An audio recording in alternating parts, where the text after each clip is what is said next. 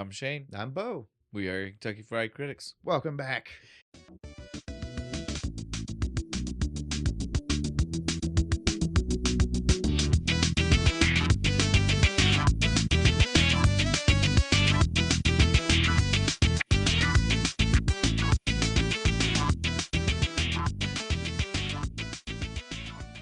Here we are. You guys know how this works. We're here for you. Episode 26. Yay. 26? I'm pretty sure it's 26. Did you go double check this time? Yeah, 26. I'm just going to... It's okay. One day, it'll be just ingrained natural muscle memory. I hope we'll so. know what number we're on. Well, again, or just one day we'll remember to buy like 2 years worth of calendars at a time. So that way we'll even be covered for our laziness and we'll get the hang of it, and then we'll go to season 3 and throw the whole fucking thing off. So yeah, I mean, again, I'm pretty sure, I'm pseudo confident. Episode 26. I have faith in us. Okay. Might just be the Dutch courage, but I have faith in us.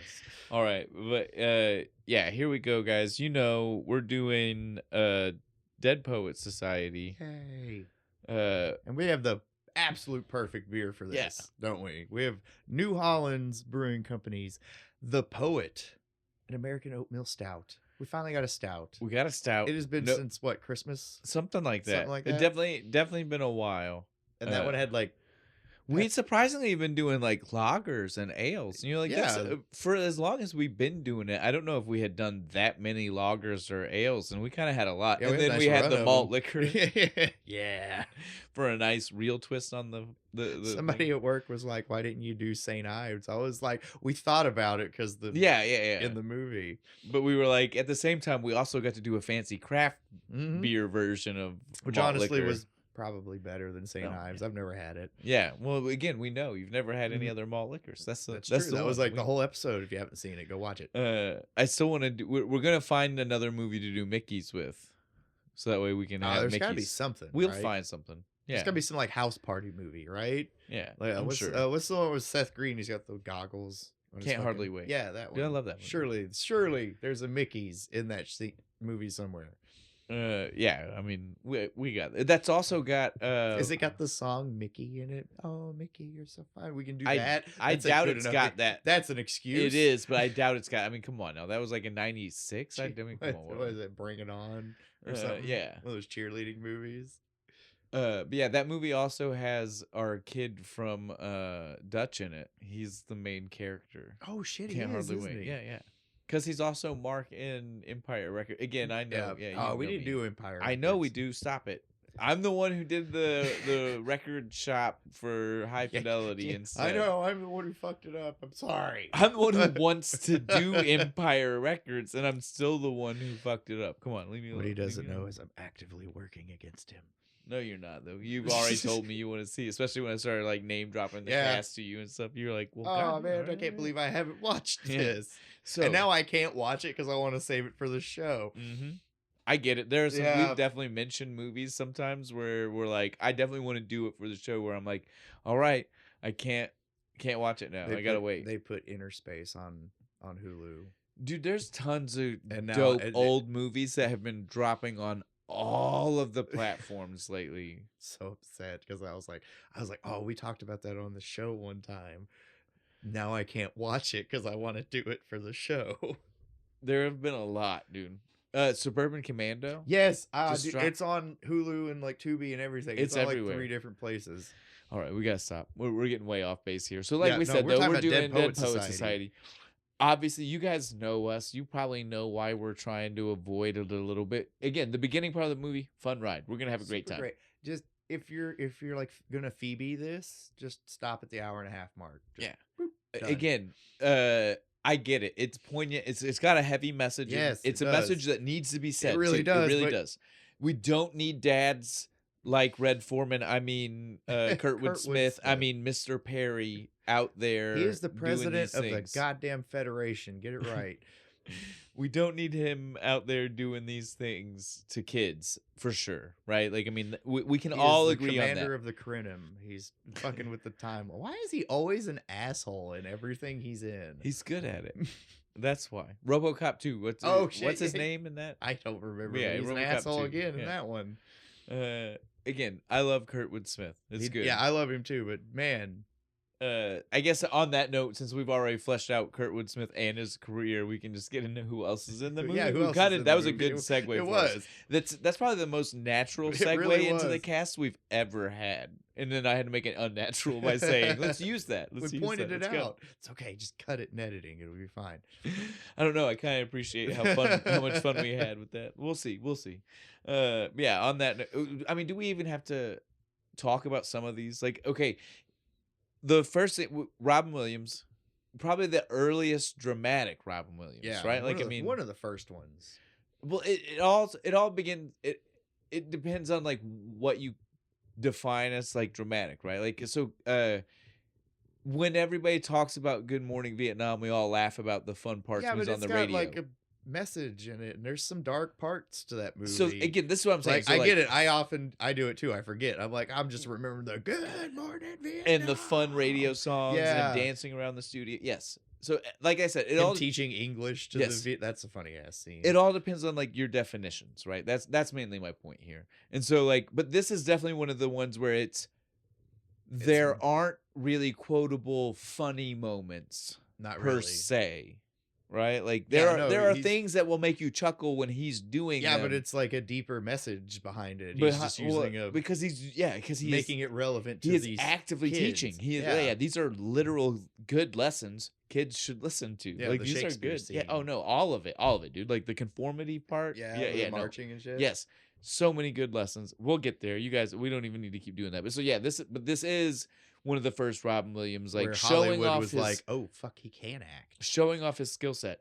On that note, I will mention, as I've already told you, when you look this up on IMDb and other places, and you're finding this out, not the original person to be John Keating.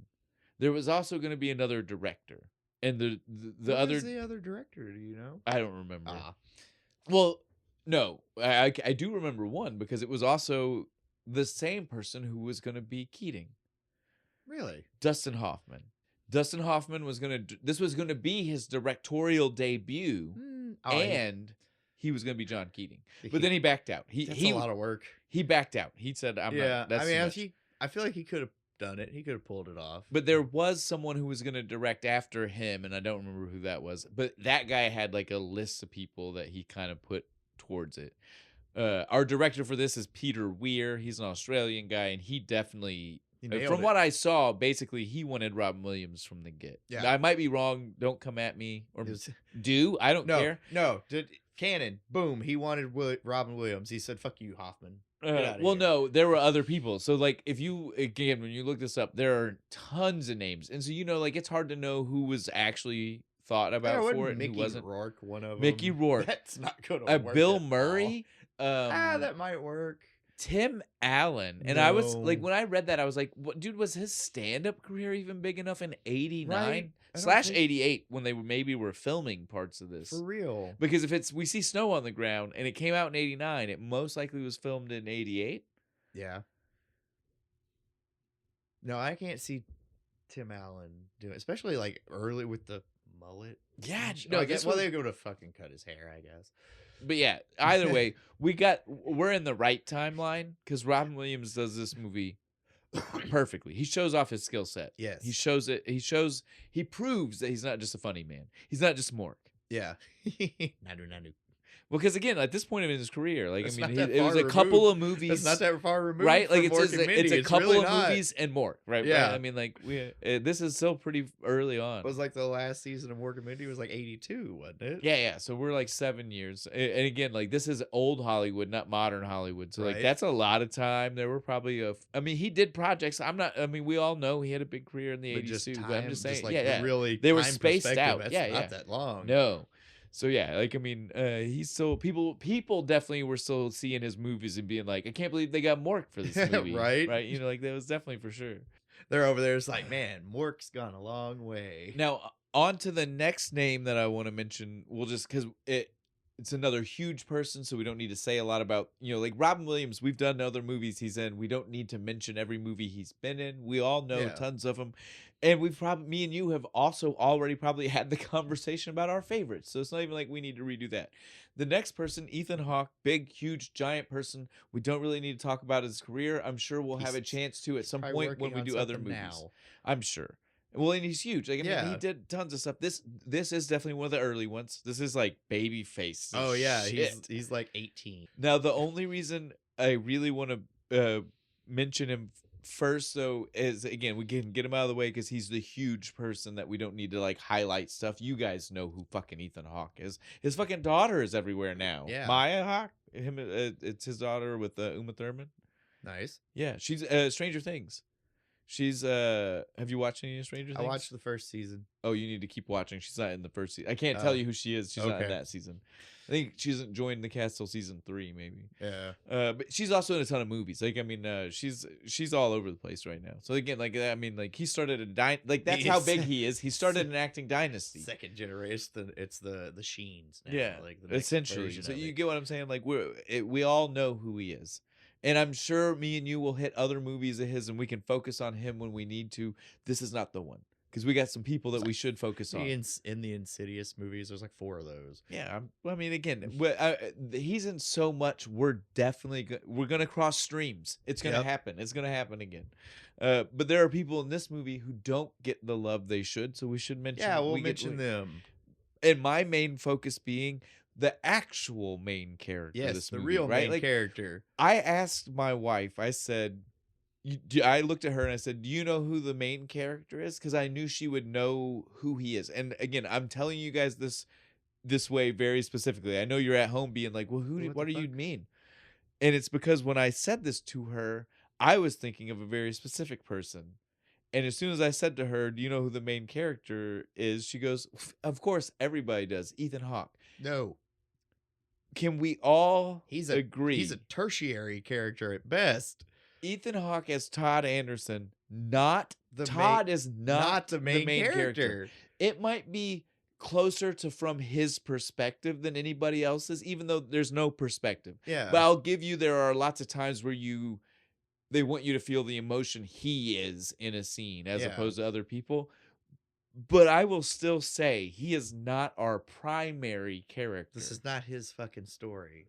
This is Neil's story? Yeah, it's Neil's story. Neil's the main character, followed by Keating, then probably Charlie? Charles, or maybe Knox. Maybe he definitely gets some storyline time. Airtime, yeah. It's not Meeks, even though I liked Meeks. Yeah, Meeks gets no story time. Nothing. We get. Oh, he's a genius. That's it. Well, That's all we get out of Meeks. He's a genius, and we get like he's making a fucking radio, right? Like those. Yeah, him and Spitz. Pitts. Pitts are fucking building a radio. That's what we get. But so but my point just being like, she immediately skipped over the character of the guy who dies, the one who makes this. Yes, the part that we want to skip over. He's the real tragic poet of the story, right? The reason this movie has weight is because of his character. And she immediately said, Ethan Hawke. I said, shut your mouth. It's because he gets the "Oh Captain, my Captain" bit at the end. Yeah, but again, like that's one of like 20 lines in the entire movie. His character. No, if you add it up, he has seriously less than 5 minutes of screen time. He speaks so little because it's part of his character. Yeah, he's trait. like got anxiety and shit, and he doesn't like to talk in front of people. I was the so main mad. Character to everybody. I made me so mad. I immediately stopped her.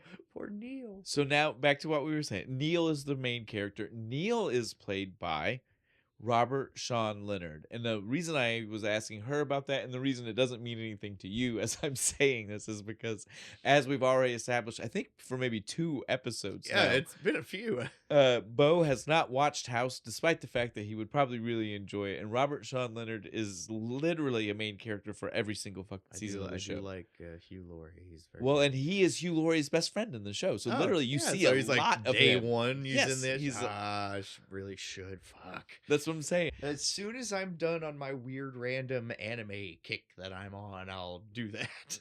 So yeah, Robert Sean Leonard he's Dr. Wilson on House. He is and he's Mr. in a lot of other things. In the 90s, in the 90s he was in a lot of different things. Like, you know, he but like so the same kind of things like that Ethan Hawke did, like, right, you know, like it was on the edge of like mainstream / avant-garde, because that was kind of the scene in the 90s. Like, you didn't as this teenager / 20-year-old, like, you know, like you didn't automatically jump into the mainstream movies in the early to mid 90s. You kind of did a lot of those weird, like, mainstream movies in the 90s were kind of kind of held up with like Arnold Schwarzenegger. The problem here is he probably didn't always end up Tom Cruise. He didn't probably always end up in the best ones. Well, I mean, they got, so he was in, like, for instance, he was in Swing Kids. Have you ever heard of this movie?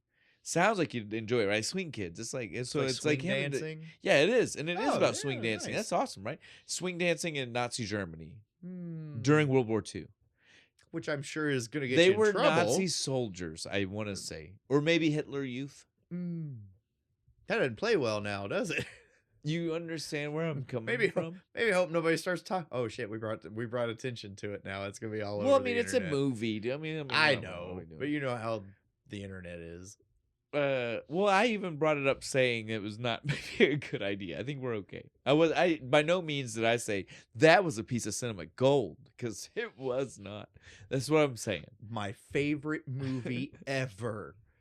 But so, you know, like he was definitely a lot of places, but the big things people are gonna know him from, definitely this one. Even though they forget about him. No, this is the movie that got him all the rest of those roles. This is a huge thing to have on your fucking resume. Dr. Wilson was probably enough years separated away from this. Like, House was way, like, over a decade after this. Yeah. I mean, it doesn't hurt. I agree. When you show up to an open call somewhere and they're like, "What were you in?" and you're like, "I was the main character in Dead Poets Society." You're not Ethan Hawke. And you have to, like, you tell people, you have to, like, explain the plot. You tell people, like, watch the movie tonight. Go home and watch it. Go home and I'm watch going to give you my phone number. You talk to me tonight after you watch it. You tell me if you still think that that's true. Bro, if that's actually ever happened to you, let us know. I want to know. I almost guarantee people have said it to him. Right? Like, come on. I feel fucking so bad because you're so good in this. Yes. So, but again, Robert Sean Leonard, we love you. You did a great job. Neil is the main character. Yes. He's the artiste. Period. We're going to leave it there. Past that, we also have in the cast Josh Charles. He was Knox Overstreet. That's such a cool name. Fucking name, dude. What is that name, man? I don't know, but I like his nickname that Charles gives him. He calls him Noxious. Dude, well, I don't know. That's the fakest fucking name ever. And they all act like it's so casual. Normal. They're all so casual with it. His parents are actually like the dukes of some kingdom, and they don't want anybody to know, so they gave him this bullshit name. But yeah, so that's maybe, dude. Right. I don't know.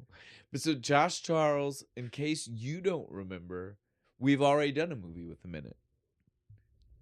He wasn't huge. Hang on. He's not a giant character in the movie. Do you want to know you want a hint? It was also set in the 50s. Holy shit, I just realized that. Or maybe the 60s, but a totally different vibe, different. Yeah. It wasn't this, right? Like, it was totally different. Is he in The Graduate? No. Damn it. What else have we done? It's a musical.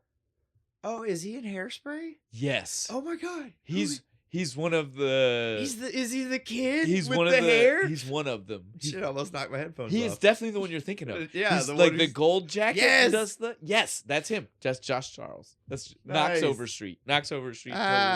Totally. I mean, kid's got nice hair, right? I'd have cast him for it. But yeah, because I think that's like all he does in the movie, right?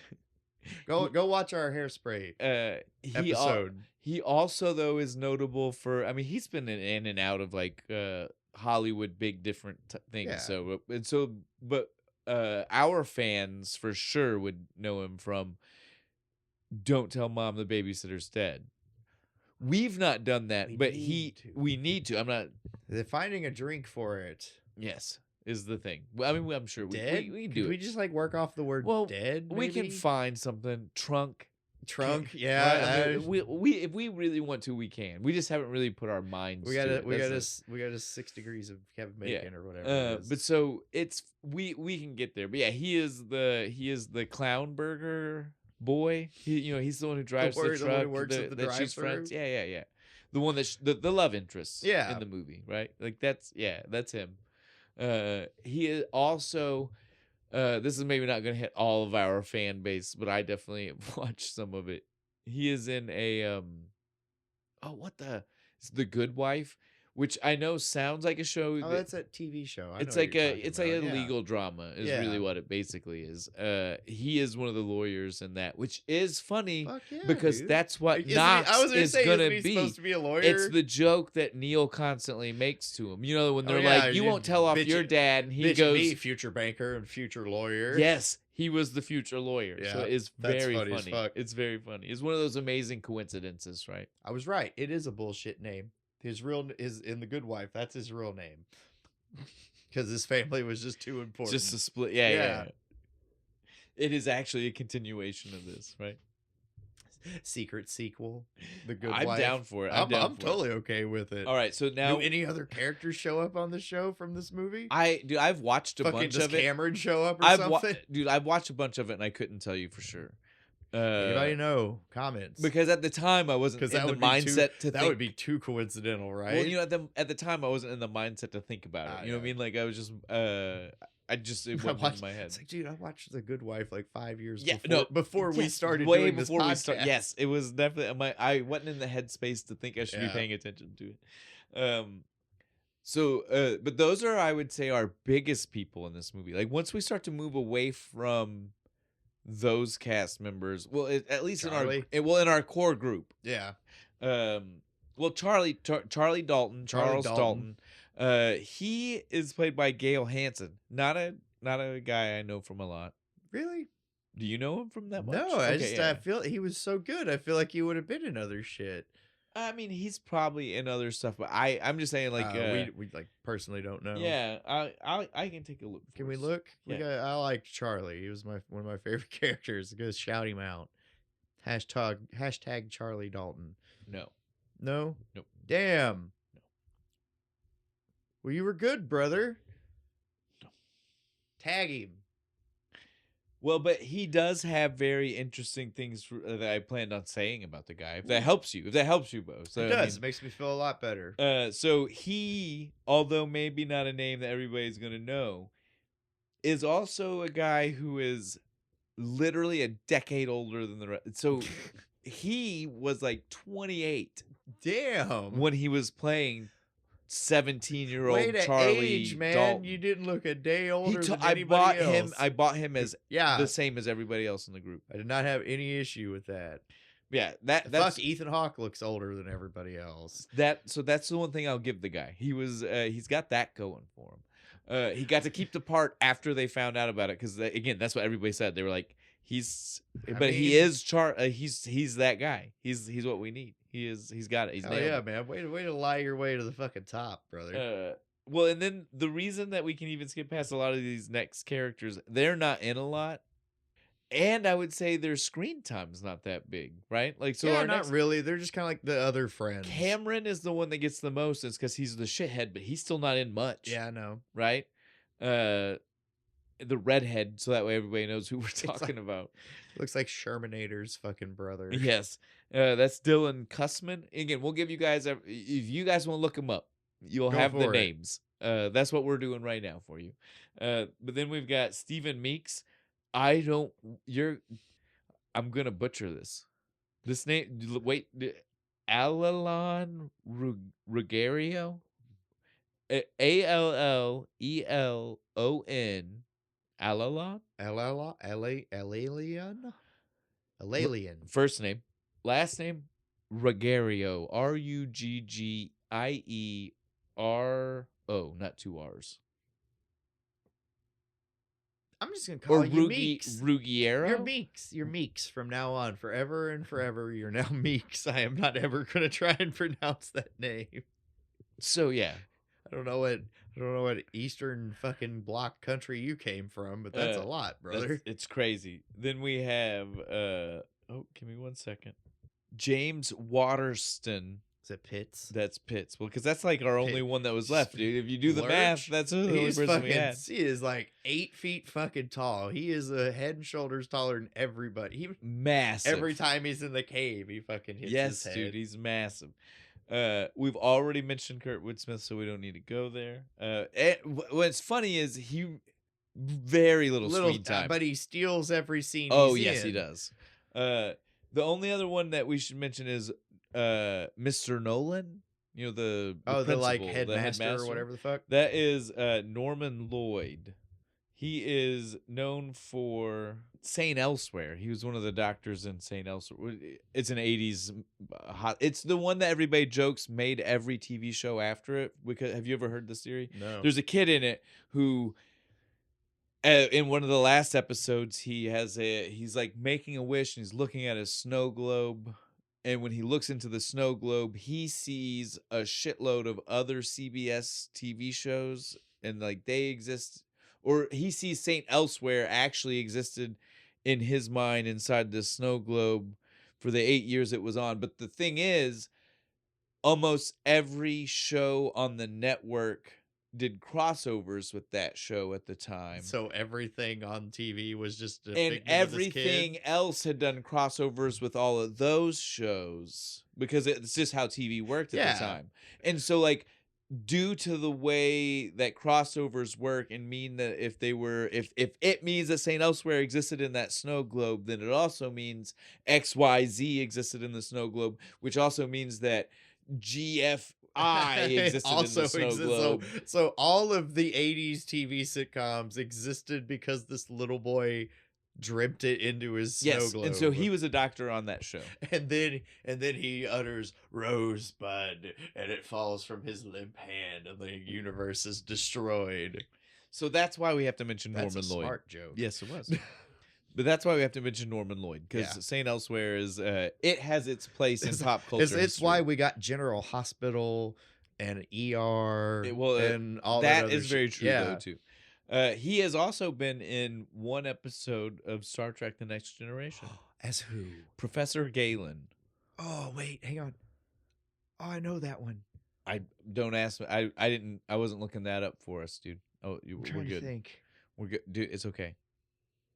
Not important right now. No, I already closed it. You know, like again, like it's gone. I do base research, and when we know we got actors that have the kind of heard career. Star Trek, I got overly excited. That's everybody who was actually in the movie. One last person we're going to mention before we go further. Lara Flynn Boyle. Not in the movie. No. Well, maybe. For 2 seconds. She was on set. In the background. She was in the movie. Oh, yeah, you told me about that. She was you gotta, in the look movie. For her. Well, and she was in the movie. They filmed all of her shit. She was a character who was in the movie. She's in the credits. It's Dan Barry's sister, right? Yes. Chet Danbury's sister. Who, if you pay attention, I do believe she's mentioned a couple of times. And I think the idea Jenny Danbury. Yeah. I do believe the idea was that they were gonna have Chris try to set Knox up. You know, like when he showed up to the party, like that was gonna be the joke. Is that like.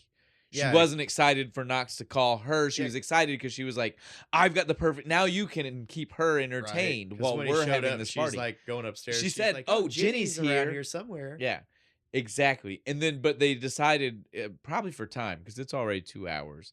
So they were probably like, "We don't." Before it was okay to have a 3-hour movie. So they were like, "We don't need the extra scene of him turning down Jenny Danbury." And that's all fine. But what's the problem with all of this? I don't know. They kept her goddamn name in the credits. They didn't tell her till the day of the premiere. We so cut she was all of your scenes. She was about to go to the premiere, and they said, "By the way, we cut them all. Don't show up." They said that. They said, "Don't show up." I feel so bad for her. That's horrible, especially since this movie was like big. This was a huge success. Yes, lots of awards, all that shit. It's horrible. Fuck, man. But she's in the beginning and in credits of this fucking movie. It's bad. And she's so shout out for her. She's mentioned twice in the end. Yeah, it's like literally as soon as it starts, they mention like special appearance or something, right? And then she's in the normal credit roll. It's okay. We got to stop. Yeah, so 2 cups up to you. Yeah, fucking Jenny Danbury, Laura Flynn Boyle. You should. Well, again, she got her own. She got paid, but and she's in plenty of. I mean, it's not like she had a horrible career, but she got shafted early for real. on. She got fucked on this movie. On that note, though, we can definitely get in. There's nobody else really we need to talk about. Can we cue the pipes, the bagpipes. What a way to start!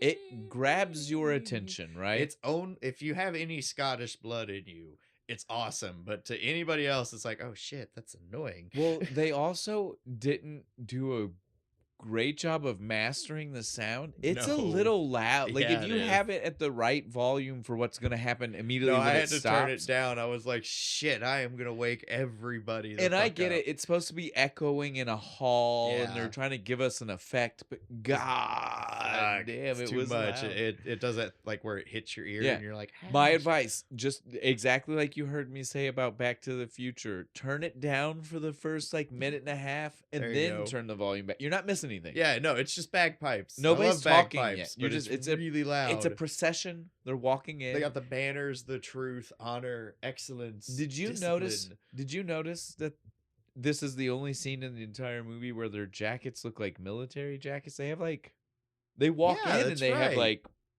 medallion badge. They do. Thing. I didn't even the notice. rest of the movie, it's a regular private school. But right now it's like a military private school. It's their dress uniform. I don't know. Again, since it's never most details of the school aren't mentioned. Like we get the very beginning and some loose, broad jokes, but once we get rolling, it's not even about like we could be at any generic school anywhere. And I mean that. It doesn't even have to be a private school. It could just be high school. You should be making connections with school. Yeah. After we get rolling into this, right? Like after this weird ass medieval procession that they have. That's what it feels like. The headmaster's in fucking like full robes, dude. Looks like a pope. Well, dude, and then he even mentions, he's like, and this is a time-honored thing since our school first started over 100 years ago. And it's 1850 something. Yeah, I was gonna say it's like supposed to be like 58, 59, right? It's dude. So shit. Our first class only had 14 people, right? Or no, 14 graduated. Yeah, graduated. So it was more than that. But that's insane, dude. Insane. Like it's Welton Academy, but they have students fondly refer to it as Helton. Well, for obvious reasons, right? I would have got kicked out of this place so fucking fast, man. Dude, well, I mean, everything is fucking creepy, dude. Like that. We see they do a few different scenes in this ceremony hall throughout the movie. Yeah.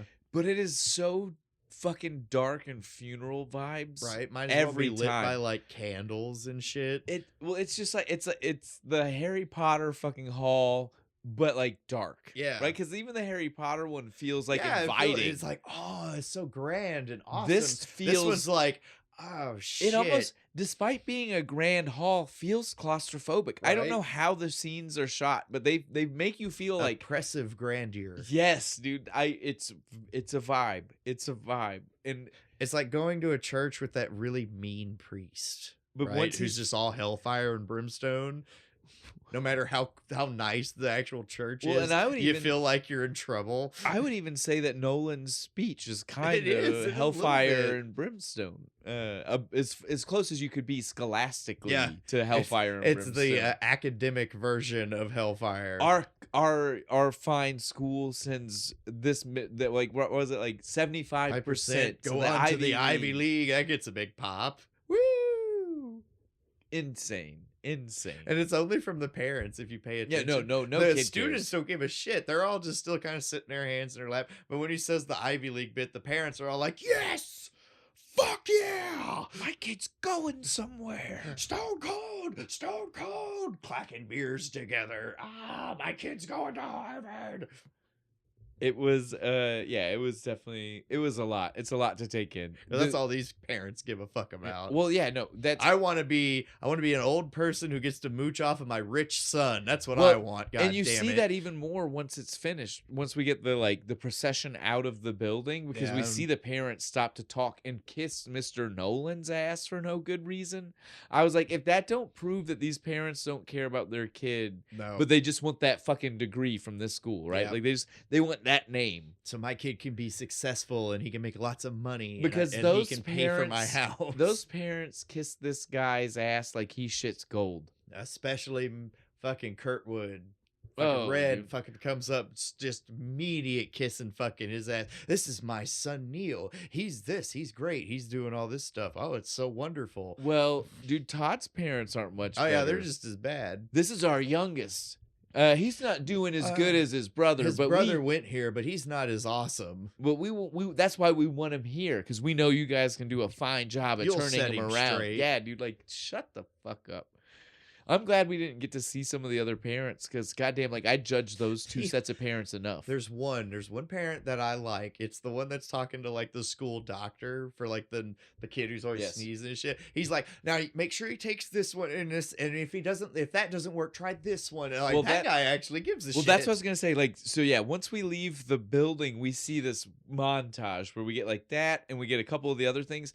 Every other kid is literally so scared they're crying, dude. Right. I get it. Like some of those are like, go here. I know that one's like a little kid, but you see one who's clearly like a senior or something. And he's just still kind of like, why are we doing this again? I don't want to. It's just bad. dejectedly sitting on his trunk while his parents drive away. It's like it's off in the back of the shot, but I saw it. I was like, oh, that poor bastard. It's horrible, dude. But that gives us our segue to see Todd meet Neil. Yeah, right? They're going to be roommates. They're roommates, and it's so funny. He's like, "Yeah, my brother went here." Oh yeah? And he's just talking to him. He's like, he says his name. He's like, "Oh, you're that Anderson." So I guess his brother was king shit on campus, but we never hear a thing about him ever again. No, we do. Oh, really? When he gets into the room and Meeks introduces himself. Meeks, they're talking, and literally they're like, he goes, his brother was Jeffrey Anderson. Then Charlie Dalton is like, valedictorian of his class, National Merit Scholar. Fuck, no wonder. I missed that. No wonder Todd has so much goddamn anxiety being here. Yeah, I'm glad he's over here. Yeah. He's like, I'm not. My brother has a high standard. Yeah, I'm not living nearly as smart as my brother is. Well, he wanted to again. Remember, like Neil, even during that like walk to the room, he even asked him like, "Why are you coming here? Why'd you? I thought you had," because he was at another preparatory school. It just wasn't this one, and that's even what he says. He's like, "Because it wasn't this school. That's what my parents wanted me to do." A little bit of a cheat. He kind of, it's like senior year for these guys, right? I don't know if we're supposed to know for sure if it's junior or senior. I don't know if they've told us, because like you can't judge by the classes, because they would have been in some weird higher level classes than what a normal high school student. We didn't go to prep school. Yeah, well, again, like like I don't know what level Latin they were in. The only thing I can tell you is it wasn't their first year, right? And the reason I can tell you that is just because, again, after the Latin teacher keeps pronouncing shit wrong, and it bothered me. He overpronounces the M every time. Well, I mean, it's acronym. Do you think he's actually a Latin teacher, though? He's an actor. He was doing the best he could with what was handed to him. If they didn't give him a dialect coach, I don't expect him to know. For his one scene? Really? They didn't pay a guy? They didn't pay a dude to come in for that one scene? This movie is awful. Isn't that how the internet works? Is that not what I'm supposed to do? I threw your whole thing off. I'm sorry. No, you're fine. I realized that we jumped over the introduction of John Keating. It's a movie about John Keating, and we left. It's in the assembly part, right? I forgot. Not that that's very much. I mean, we're not really missing anything. He kind of just stands up, gives a bow, hi everyone, sits down. The old English teacher retired. Yeah, but we do technically meet him before the first day of class, and before they depart to go to their rooms, right? Like, so I mean, we should give justice where it's at. Yeah, on the way to the room though, like we can see that Neil is that guy. Neil's a cool dude. Cool dude. He knows everybody. On the way him. to their dorm room, he is literally like stopping and like shaking everybody's hand and like this. Yeah, we having study group later. Yeah, you know it, buddy. Yeah, Neil is king shit, dude. Like for sure. I mean, I like the vibes he get because he doesn't seem like a pompous. No, he just like, everybody genuinely likes Neil. Yes, I love Neil. From the get. Like, I mean, as soon as the thing starts, you're just like, this guy seems cool. I would like hang out this with guy, Neil. Right? He gets to the room. Fuck, dude, I hate Cameron from second the one. second you meet him. Fucking second one, yeah, I heard dude. you got the new guy here. He's like a real stiff. And then he walks up. Oh, sorry. It's like, who the fuck are you to talk, you redheaded fucking ginger bastard? Dude, everything that like again I probably lit grow into your teeth first, then talk to me. I probably let my knowledge of what he does affect every other for view the rest of the movie. Why? And so it's hard for me to like come into it with fresh eyes, but I hate everything he does. And disregarding the end, when you rewatch the movie, he's an insufferable tool the whole time. Like when they're doing the ripping scene. Mm-hmm. He has to be. Oh, it's got to be precise. I know, dude. Oh, okay, I don't like Cameron. No. So yeah, well, nobody does because that's even what. Why are they friends with him? Only because Charlie's assigned to. That's what. So literally, as soon as Cameron fucking darts off, everybody else ducks into the room, right? Yeah. Like that's it. Neil is just like inundated with everybody because he is, like we said, that man. Cool. And so it's Charlie and Meeks come into the room, and that's when they're all talking. That's when we get the Charlie knows who his brother was. Is during that little like sit down powwow. This fucking lights a cigarette. But we find out also that Cameron is only friends with anybody right now for this year, as far as we can tell, because he is Charlie's roommate that year. Because that's like Neil's like he was saying something to Todd about how Charlie's he's like born with his foot in his mouth. He's always a problem. Yeah. And they were like talking about study group, and he was like, "Oh well, he asked if we could include him too.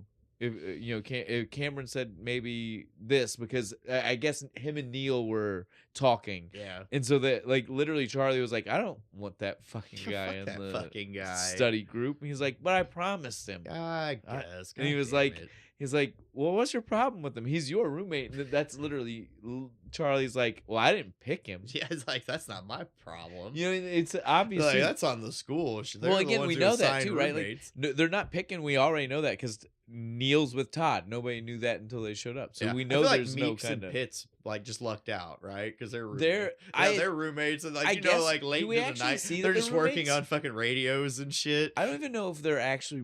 We don't see anybody else's rooms. Do we? I don't think so. I think when we see them working on that, it's usually in that study hall room when they're working on the radio together.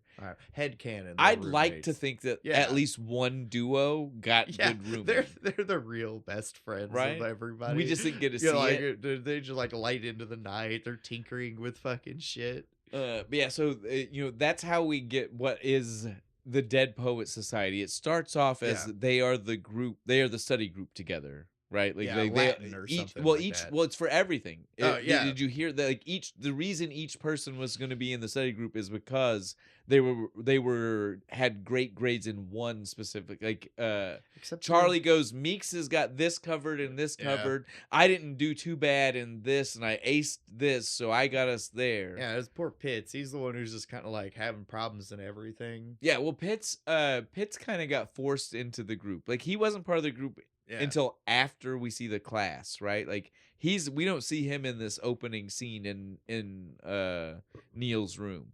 He's not in there. It's literally Neil's room is just Neil, Todd, Charlie, and Meeks, and we met Cameron after he bounced out. But Pitts isn't part of the room scene. So as far as we know, he's not part of the group yet. He's not name dropped as being someone who's going to help the study group either. Speaking of classes, these first fucking classes, dude. That one teacher's like, you have 20,000 questions in an essay, plus the science experiment, and it's all due tomorrow.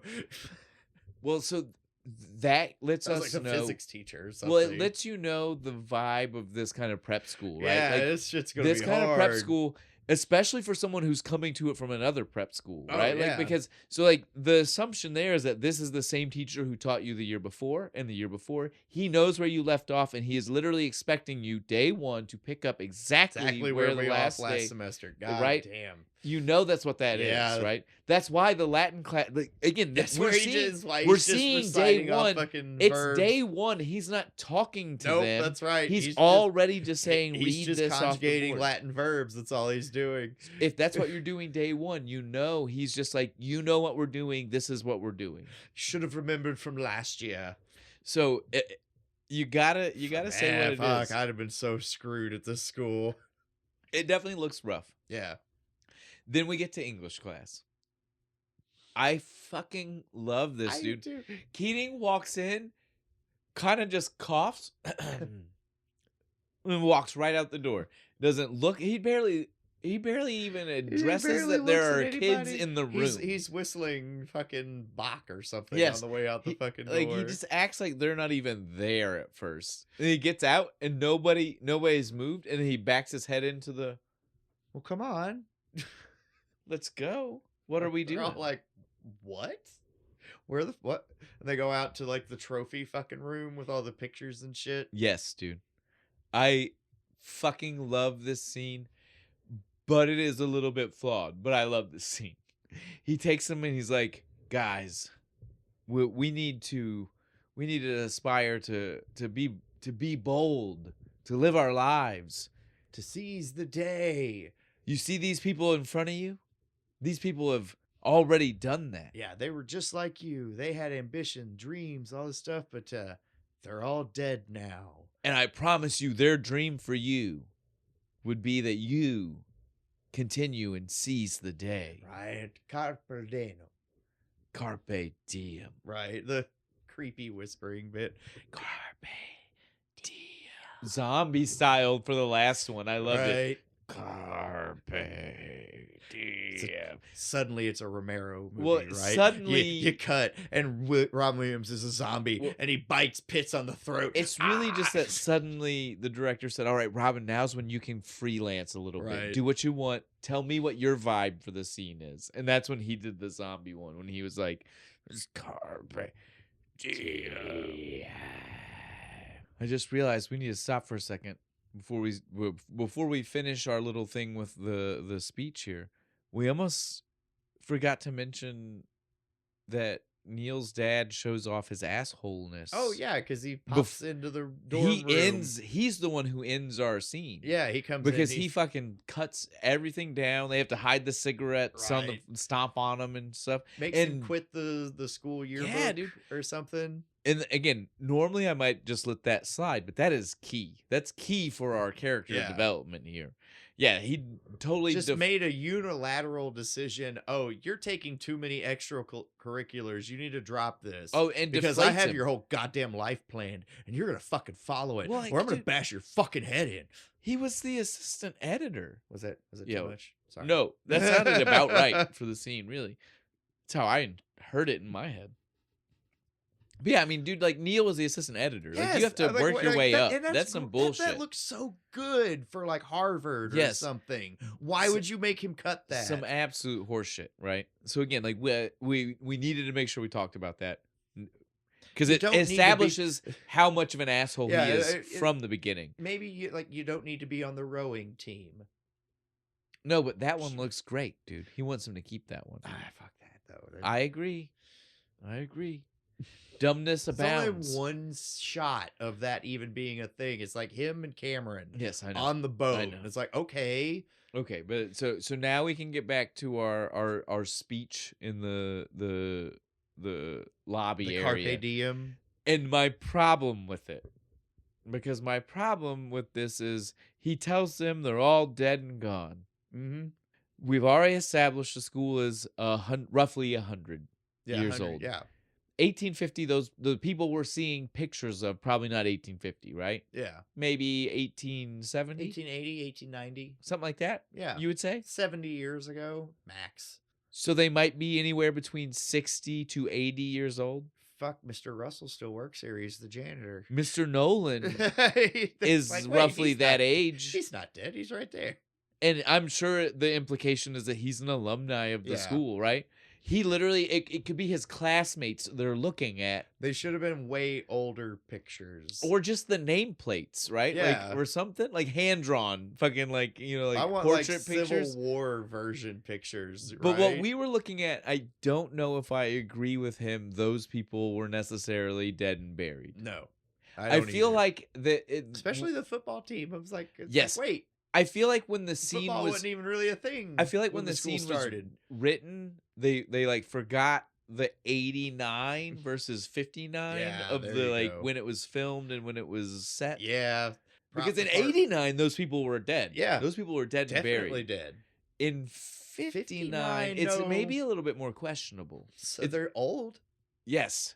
Maybe some of them they're old and feeling puny, but they're still kicking. See, yeah, if he would have said some of them are dead and buried, I might even not even have the problem. But he definitely said they're all dead and buried. The prop department made a time error. Something happened, dude, for sure. This is also when we get the first utterance of "Oh, Captain, my Captain," but it's from Walt him. Whitman. It's from this is when he says it. Every time after this is the students. But this is when he tells them. He goes, "Oh, Captain, my Captain." Do any of you guys know where that's from?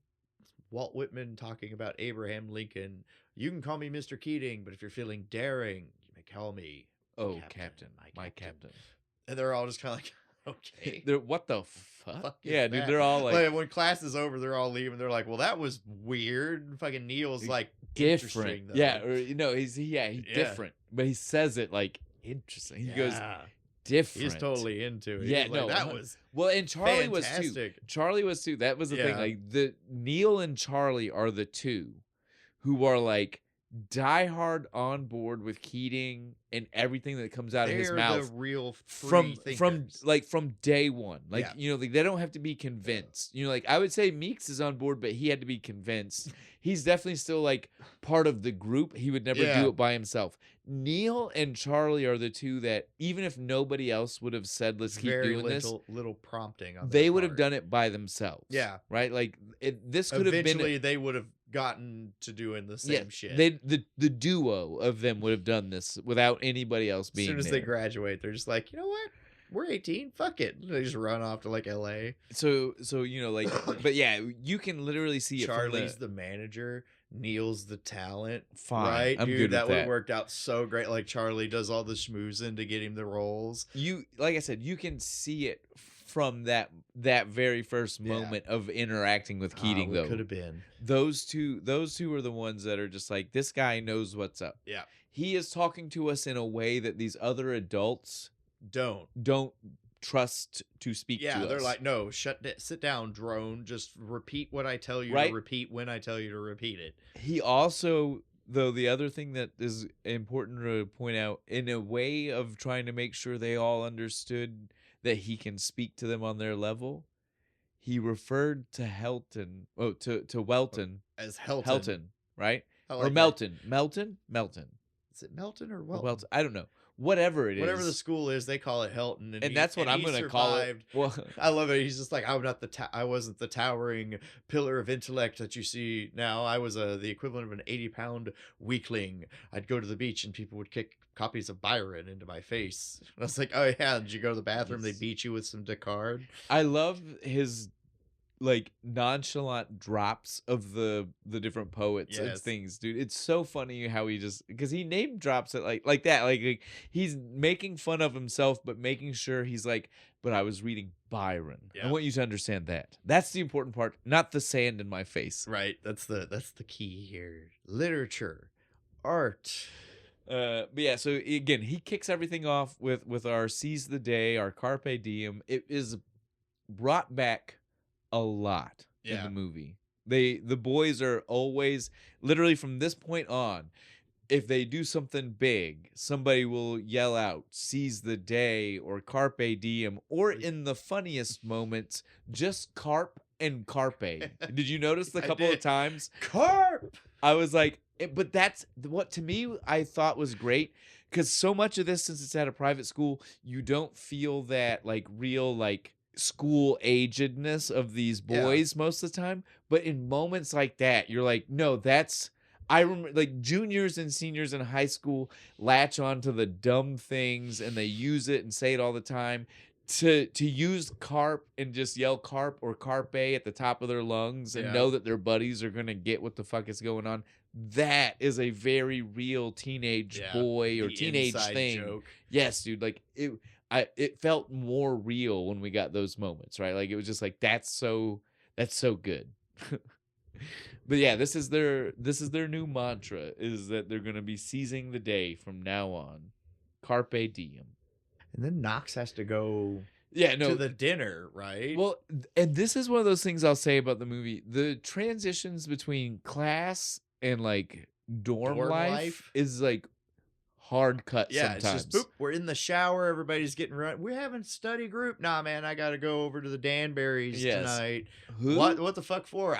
My dad knows them, they're alumni. It's good for my resume, I guess. Something like that. You know how our whatever. I gotta do it. Neil with the realest. Go suck this old man's dick to get a job. Neil with the realest advice about all of it. Sounds like you're gonna have a better meal than the rest of us. Yeah, nothing like some Helton hash brown. Yeah, like you're getting it good. Why are you upset? And I was like, that's real talk. That's real talk. Is it corned beef hash? Because I do like a corned beef hash. Yeah, but the schools is probably bad. It'd be mushy. Just because it's a food you like doesn't mean school does it justice. You got to remember they're cooking for like enough to bask. Well, no, they're probably not even giving them, the poor bastards. They probably don't have salt. No, come on now.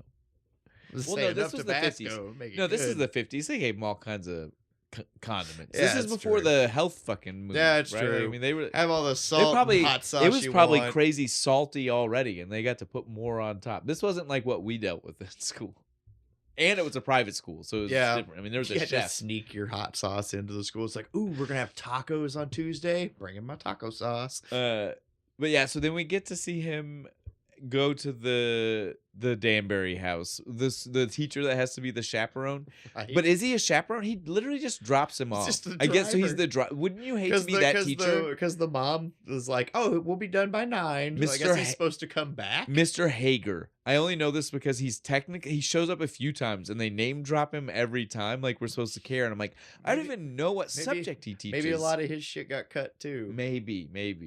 But yeah. So the director's cut of this movie is 4.5 hours long. Right? When he gets to the house, though, who opens the door? Chris. The most beautiful woman he's ever seen. With a very manly name. This scene was so funny, though, because he's like, Mrs. Danbury? Sure, man. Immediately, she's like, no. And Mrs. Danbury pops her head through. If I was a chick, I'd be offended. I'd be like, what? I look old? Fuck you. What are you trying to say here? Yeah, because again, he knows they're friends of his dad's, right? Yeah. But wow, you look great for like 45. Shit. This scene establishes a problem I have that just keeps getting hammered into my head every time I watch it and throughout the whole movie. If the Danburys, like so they said the Danburys are alumni, which really just means the dad, because it's an all boys school, right? Yeah. And Chet is his son, who goes to public school. Why is Chet not at the academy? Because it's close enough that the teacher drove him here. He's still an alumni, but he's hit hard times and can't afford the tuition, so his kid had to go to public school. Yeah, but if you're the kind of alumni that you're going to a dinner from, then you're probably the kind of alumni donating to the school. That's true too. He didn't want to go. It's sad to me that Mr. Danbury's more progressive, and he's like, I let my son choose. These are the moments when I know I nitpick too much. Is when I'm like, dude, it's our job. That's what we're here when for. I see a scene like when I see a movie like this and I'm like, okay, well, I can't pick out anything else, but let me tell you right now, the fact that this kid is going to the wrong type of school. Oh, that's great. That's how you know this is like one of those really good movies when you gotta really find something to nitpick. Why isn't because he has one scene, right, where we actually see Chet Danbury. And he's in the Letterman jacket. But again, we know that they're in public school because when he goes to confront Chris, it's at a public school. He didn't want to go. I don't know. We see these families, the families attached to the school are the kind of families that don't care about what you want to do. Chet Danbury's mom is a strong fucking lady, and she put her goddamn foot down and said, "Look, Mr. Danbury, the boy don't want to go." We get to see absolutely none of this. There's no football program at Welton. He ain't going. But that's not true. We see there's all kinds of active sport programs at Welton. We literally see them. That's true. Never mind. Their football team sucks though. they're like tier 3. Once this is finished, but again though, they're sending them to Ivy League, and Ivy League schools still do all right for fucking sports programs.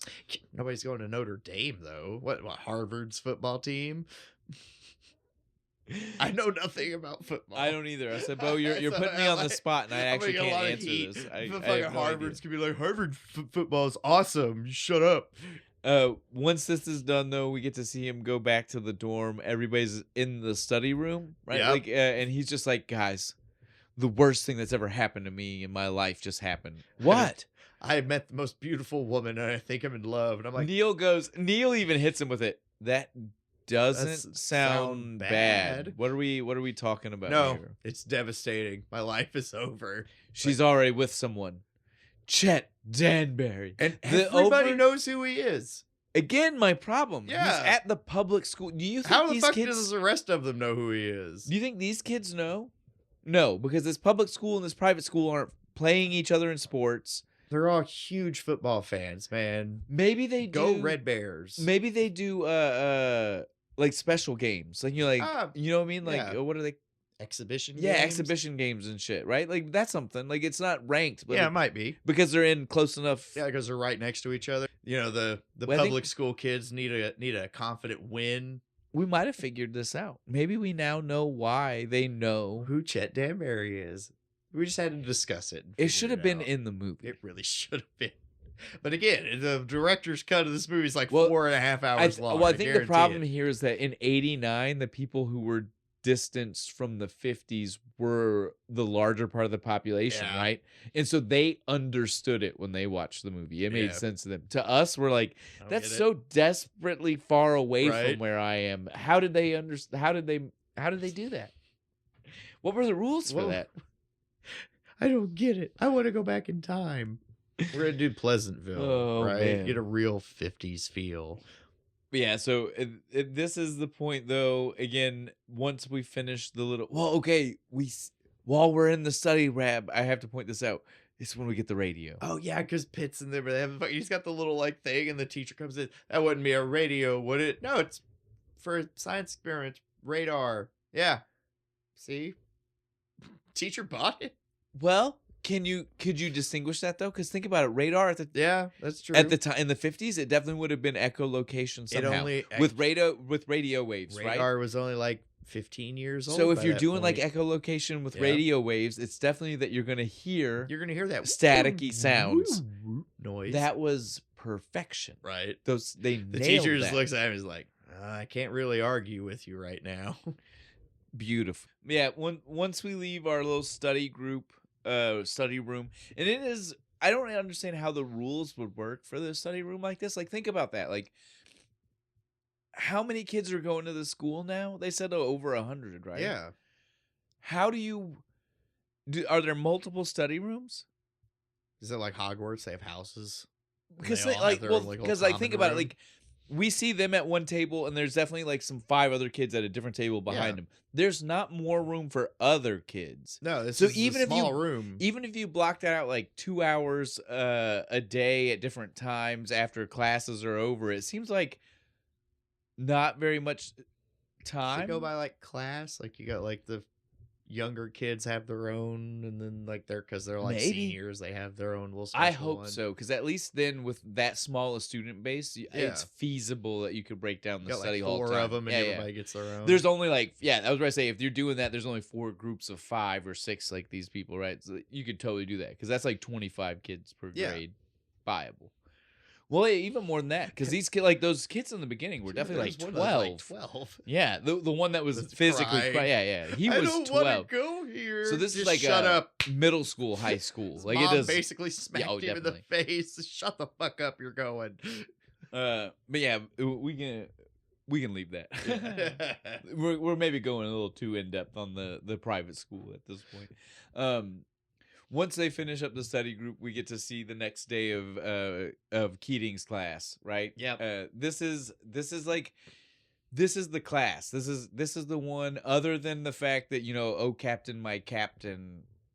Is the thing that we all think about. That was like an introduction. This is the actual class. This is the class where that he really connects with the kids, right? And we're gonna read shit. Well, he's gonna write shit on the chalkboard. He says, "All right, I want someone to volunteer to read me these pages, right? The introduction to the book. That's we're not even the real book. Yeah, just the introduction. The guy who helped compile the stories that we'll be reading." And what his opinion of poetry is. Yeah.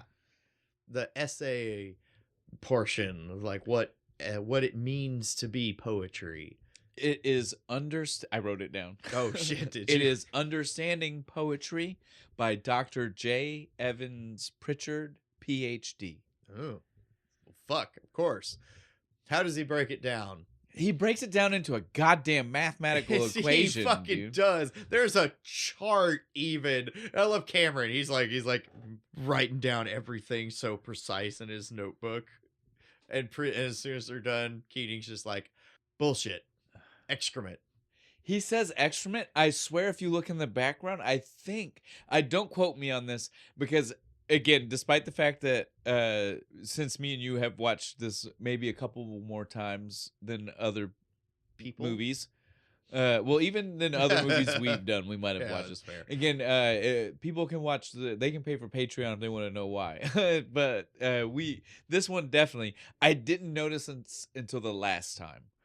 I think the equation that he gave them, because again, like he's writing on the board and we see it both a little bit on the board and from Cameron's notes, right? Yeah. Like, I think it was literally that the letters were pig and then he called it excrement.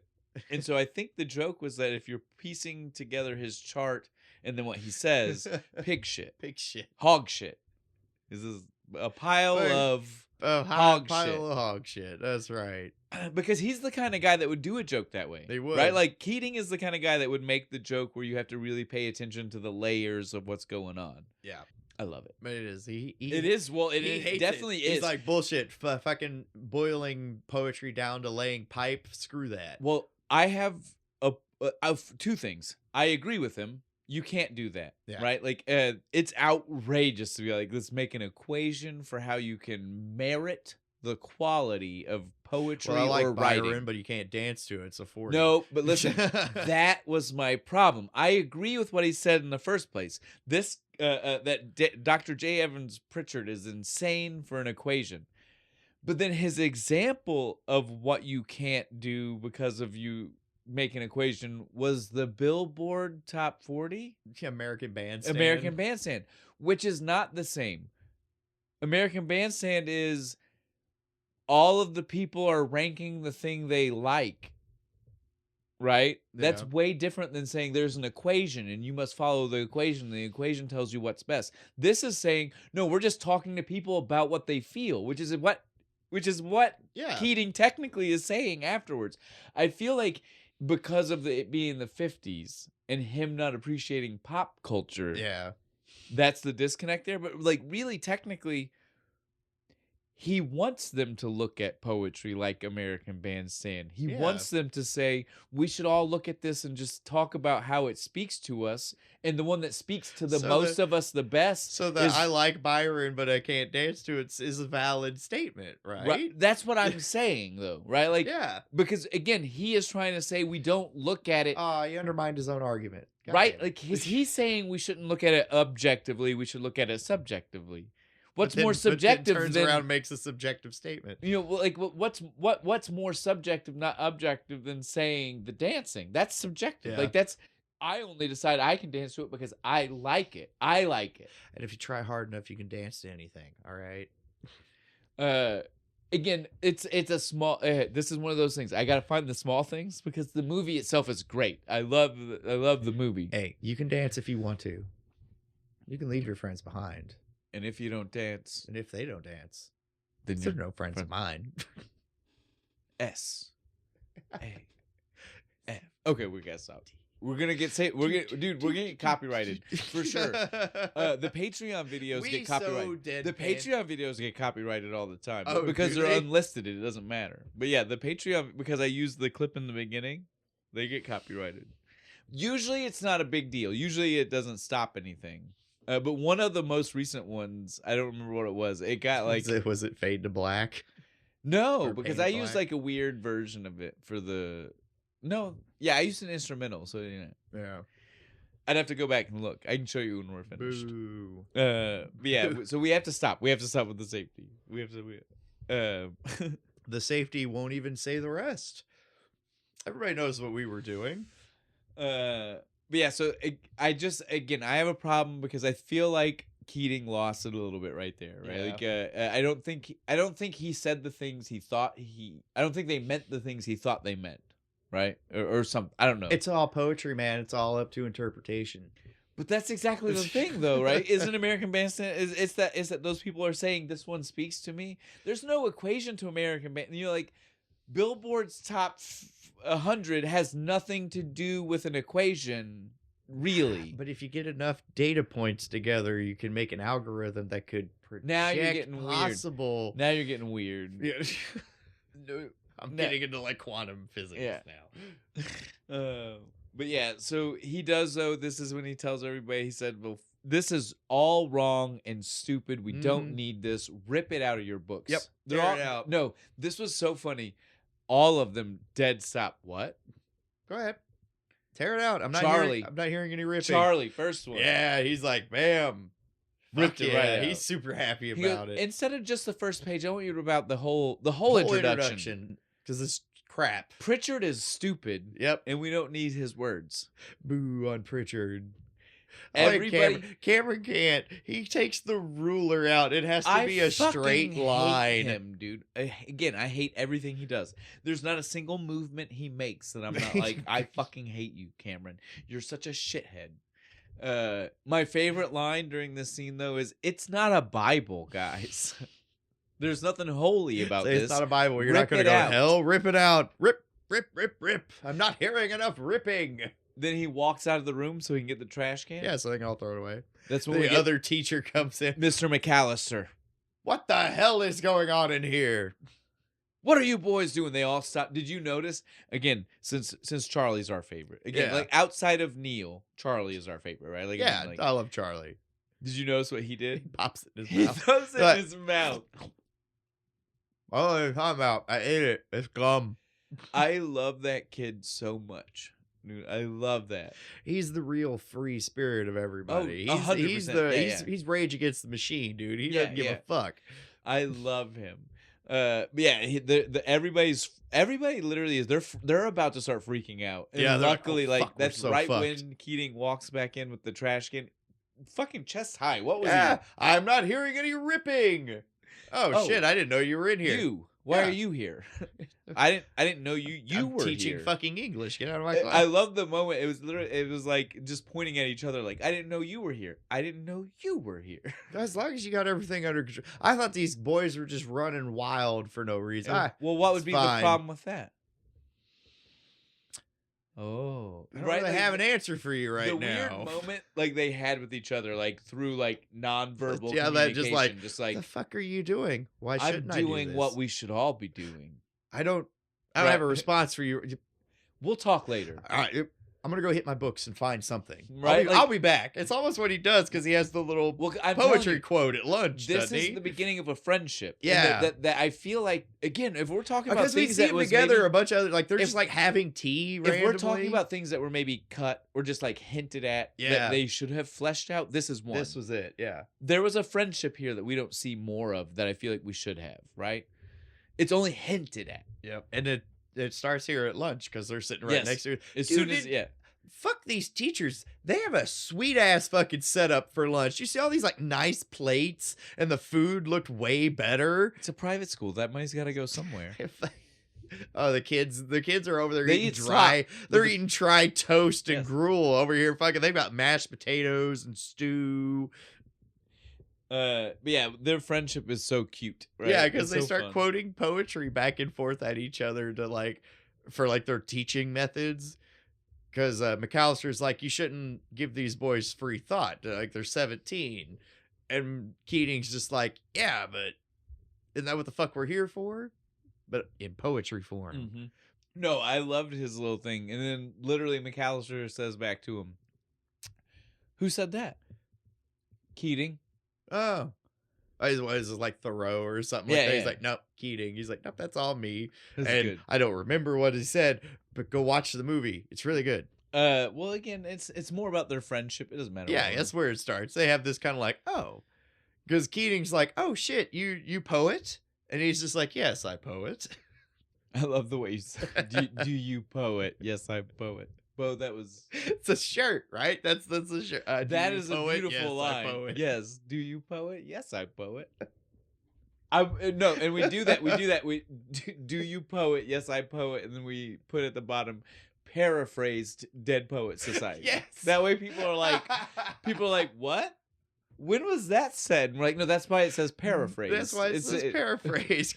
Summation from Bo Cracker. I love it, dude. I love it. That's so fun. Oh, when I hear this, I'll make sure to write that down. I want that shirt. Dude, that's going on the set. That's right? Merch to add for throwback to the begining of all of this. That is definitely set. Yes, I. That's set dress for sure. Yeah, dude. Oh man.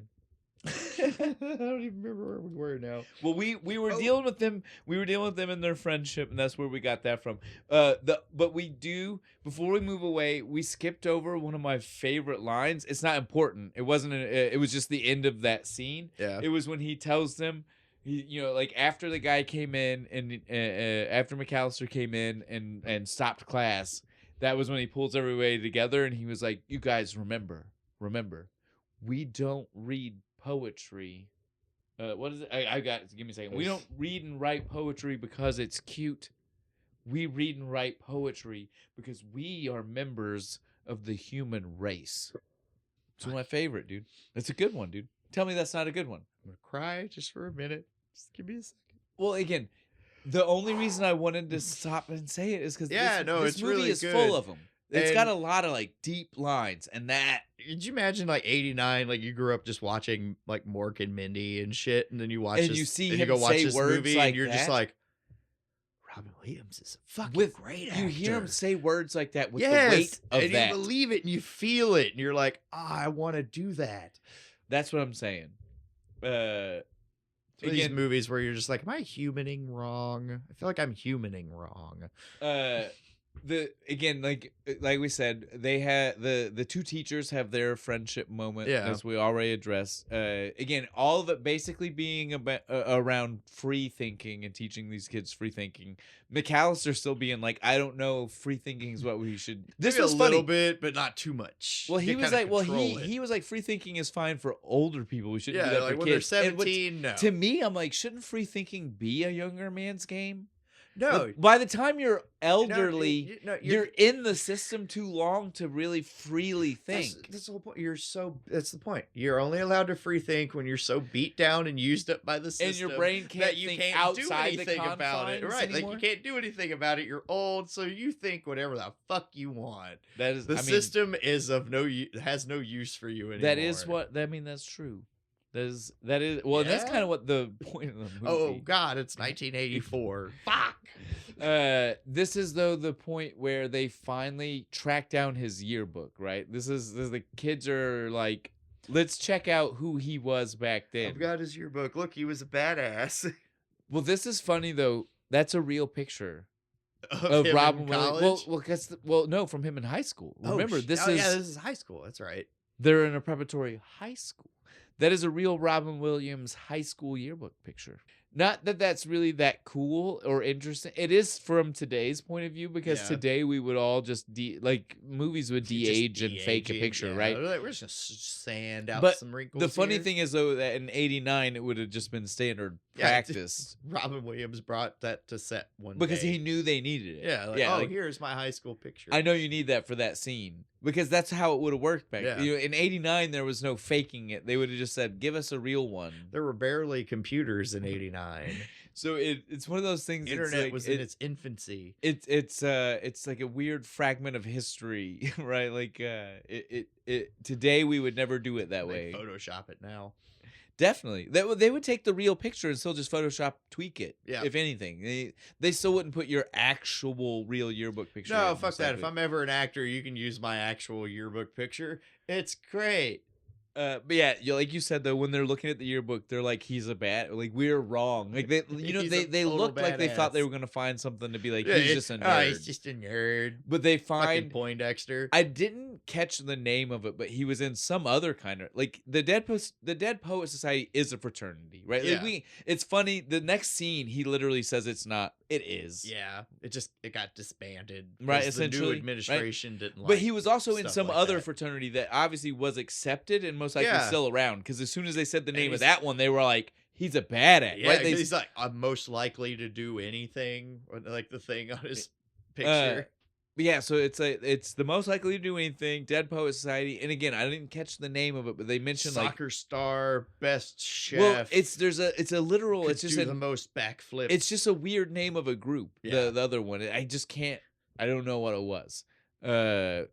Because it's like secret society type shit, and I don't know. It was probably Latin, and I was like, my ears could hear it. Man, he's from the skulls. Well, like my ears could hear it, but my brain couldn't process it because I was like, those are words, but my brain doesn't understand them.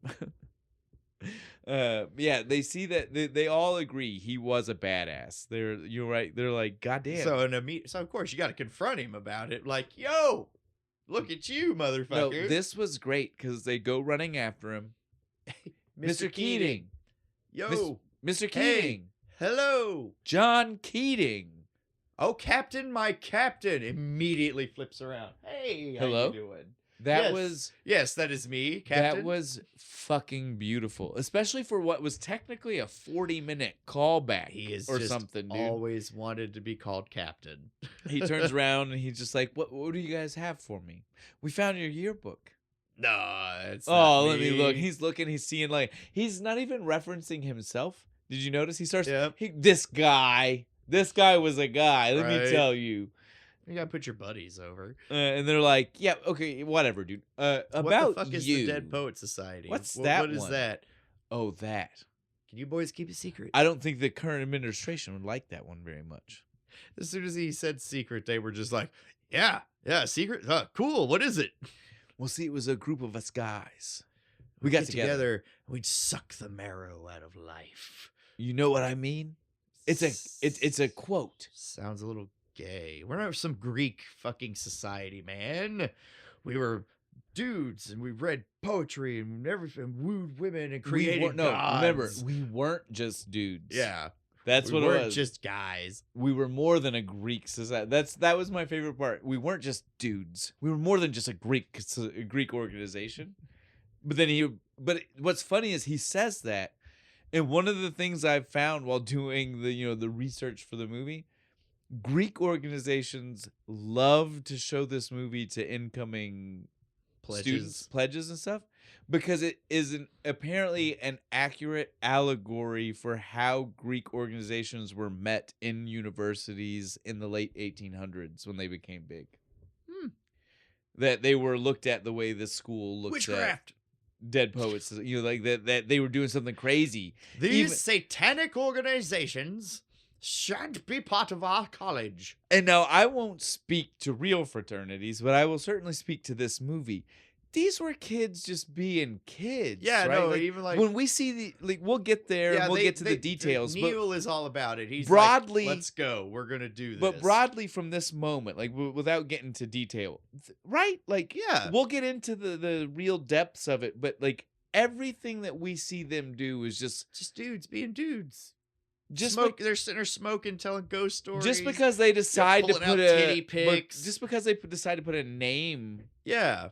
Above I hung out with a group of the same 5 or 6 guys, and we probably did roughly a lot of the same things. Yeah. Just because we didn't call ourselves the Moorhead the Moorhead D&D club or something stupid, where that makes it different. I don't understand. We didn't have titles, so we weren't official.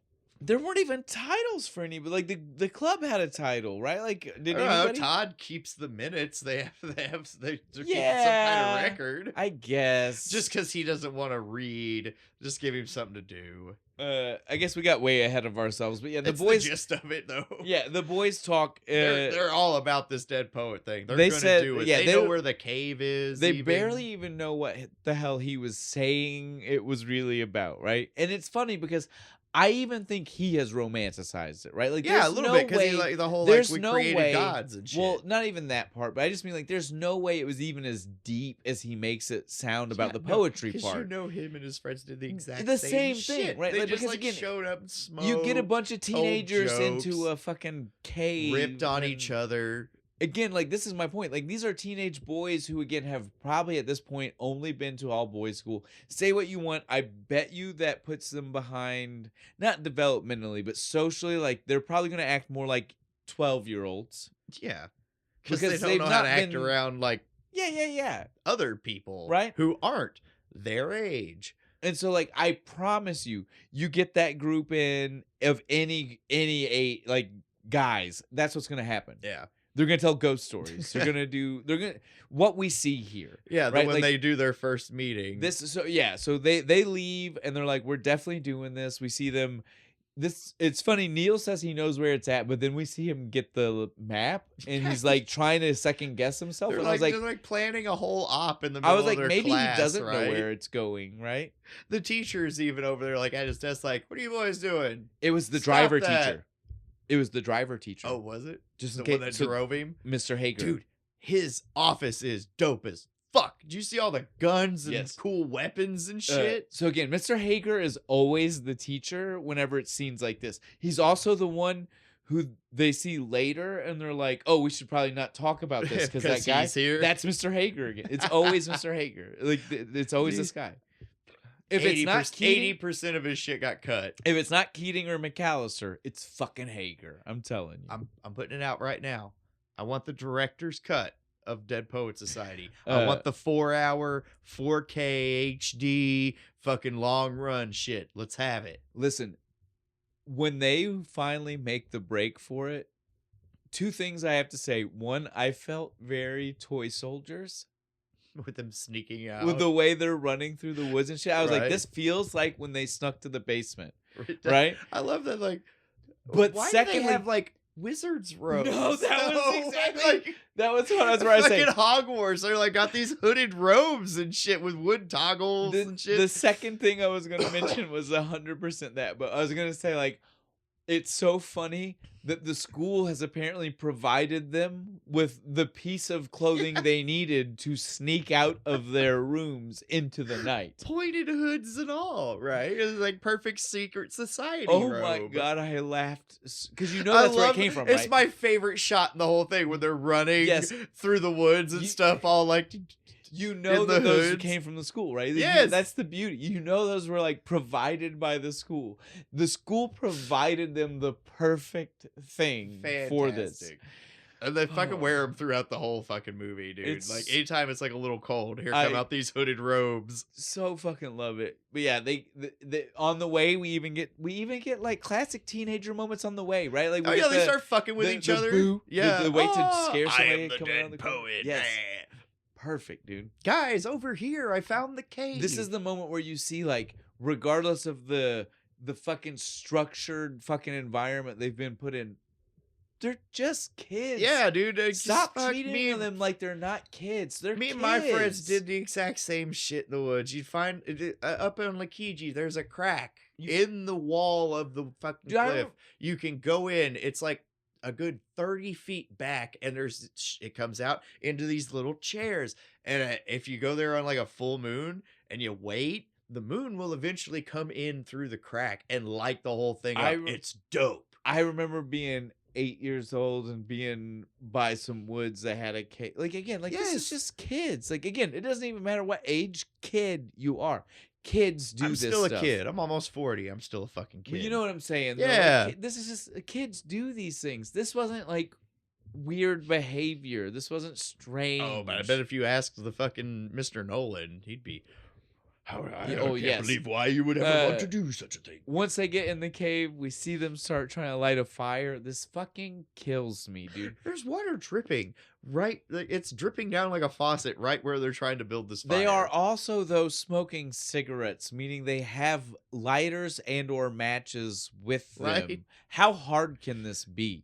They're not, they're not rubbing a stick they're not striking flint. They're rich kids, man. They didn't grow up in the woods like we did, you know? This isn't even a woods thing. If you have lighters and or matches, this is just like anybody should be able to start a fire. Oh, man. But they do eventually give up. They don't even get it lit. I love it. Neil finally just says, "Stop it, Just whatever. fuck it. Let me read. Let me get this started." He And then reads 2 seconds later, lights a cigarette. Well, he reads the Marrow speech, right? yeah. Like that's because that's how you kick it off. Oh, we forgot about that. The book. No, you're right. I'm glad you mentioned that because the book is one of those weird things, right? Super weird. So Keating snuck into his room, I guess. because It had to have. He snuck into Neil's room and left him the 5 centuries of verse book. yes, which is their official Dead Poets book. It's got the intro, like how you start the meeting is in the front. The Thoreau quote or whatever. Literally, Neil sees it and he cracks a little sly smile. Oh, So are their dorm rooms not locked?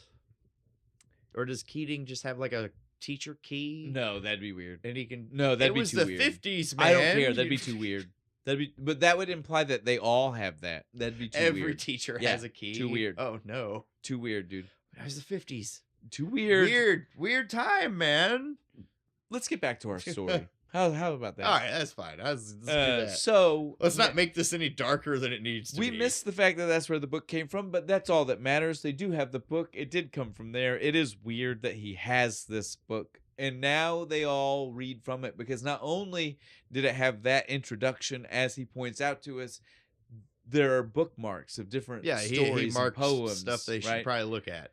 And so he reads the first one to kick everything off. And as soon as he reads the first one, he kind of even gets bored before it's finished. Did you notice? Like they're all kind of like, all right, I don't really understand this now. Like Let's tell ghost it was stories. fun. Yeah, no. Well, before the ghost stories, they throw the food. He's like, wait a minute, before we do anything else, what'd you guys bring? So I got some raisin. Who the hell threw half a Well, I'm eating the other half. You want me to take it back? Get it the fuck out of here. I love that the raisins go down and we start to get a raisin conversation. Somebody's like, nobody likes, I mean, we all eat raisins. Shut up. Oh, cookies. The cookies came out and immediately interrupted the raisin talk. It was so much fun. That was I was a 10, real teenager. But you would do shit like that. Well, again, I already pointed out, I feel like them being in an all-boys school like this stunted, Yeah, with a small student body. Yeah, that's true. Would stunt their development to where they are kids. Yeah. Kids, even at 17. Yeah? That's true. That's fair enough. So I feel like this is a very kid conversation while they're throwing the food down. Then the fact that it devolves into ghost stories, fucking like literal flashlight into your face style ghost stories. They do the first one, he gets all the way through it, and then like Cameron starts to tell it. They're like, and everybody's just like, oh yeah, the guy with the hook and the thing and the teacher and shit. Yeah, I love that story. It's like I've heard it before. Like, no, dude, I told you that. No, story. I learned that story when I was in the 6th grade at Bullshit, camp. Shut up! I told you that story. It's dudes. It's perfect. All you dudes listening, and you know what the fuck we're talking about. It says dudes because the next part is Pitts reading a limerick. A fucking limerick, dude. I hate my wife and slit her throat and all this other shit. He even stops and he goes, like, because they were already laughing. He goes, guys, there's more. There's like, hang on, there's more.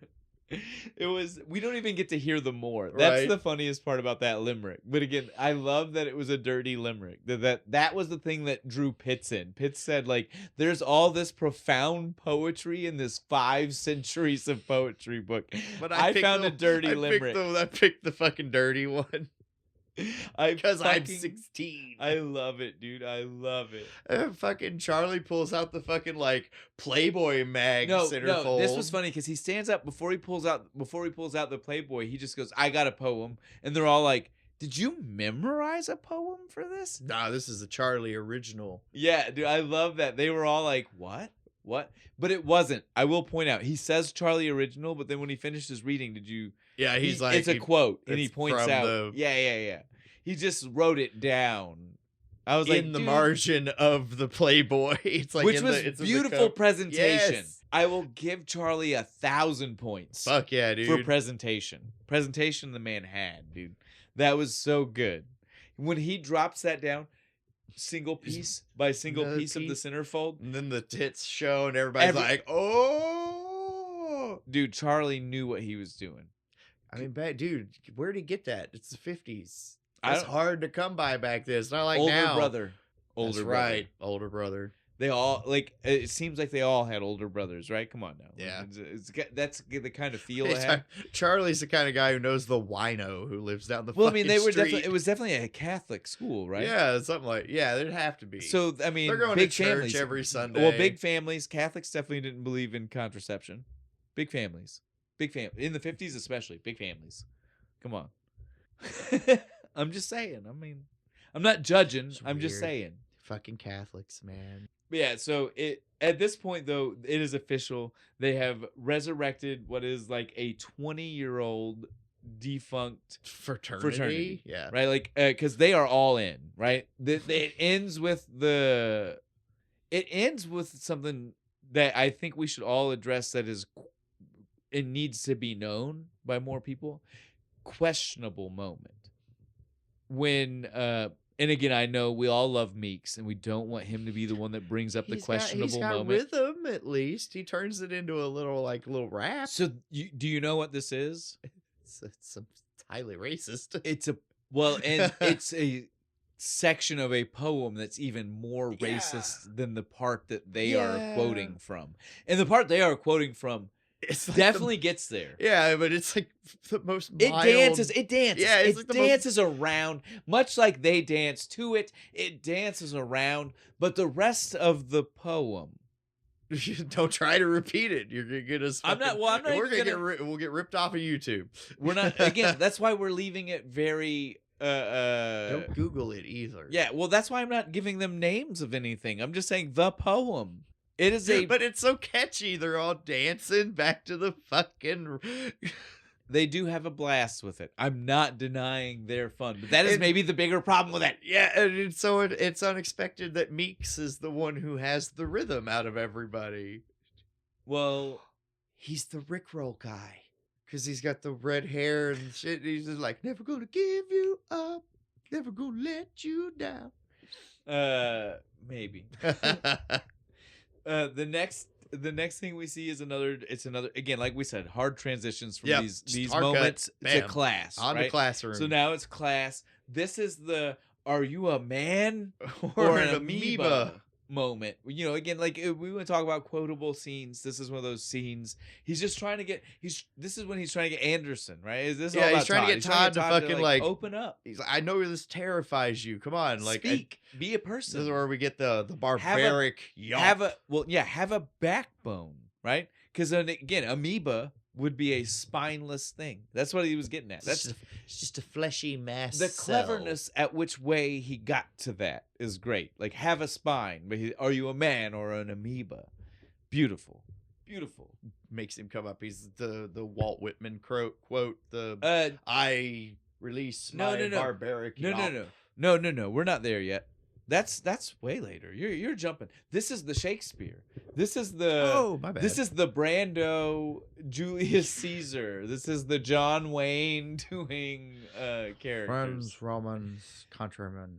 This is the in case you didn't know why John Weir might have wanted Robin Williams for the whole movie. It's his delivery of these fucking lines as he's pretending to be these different characters.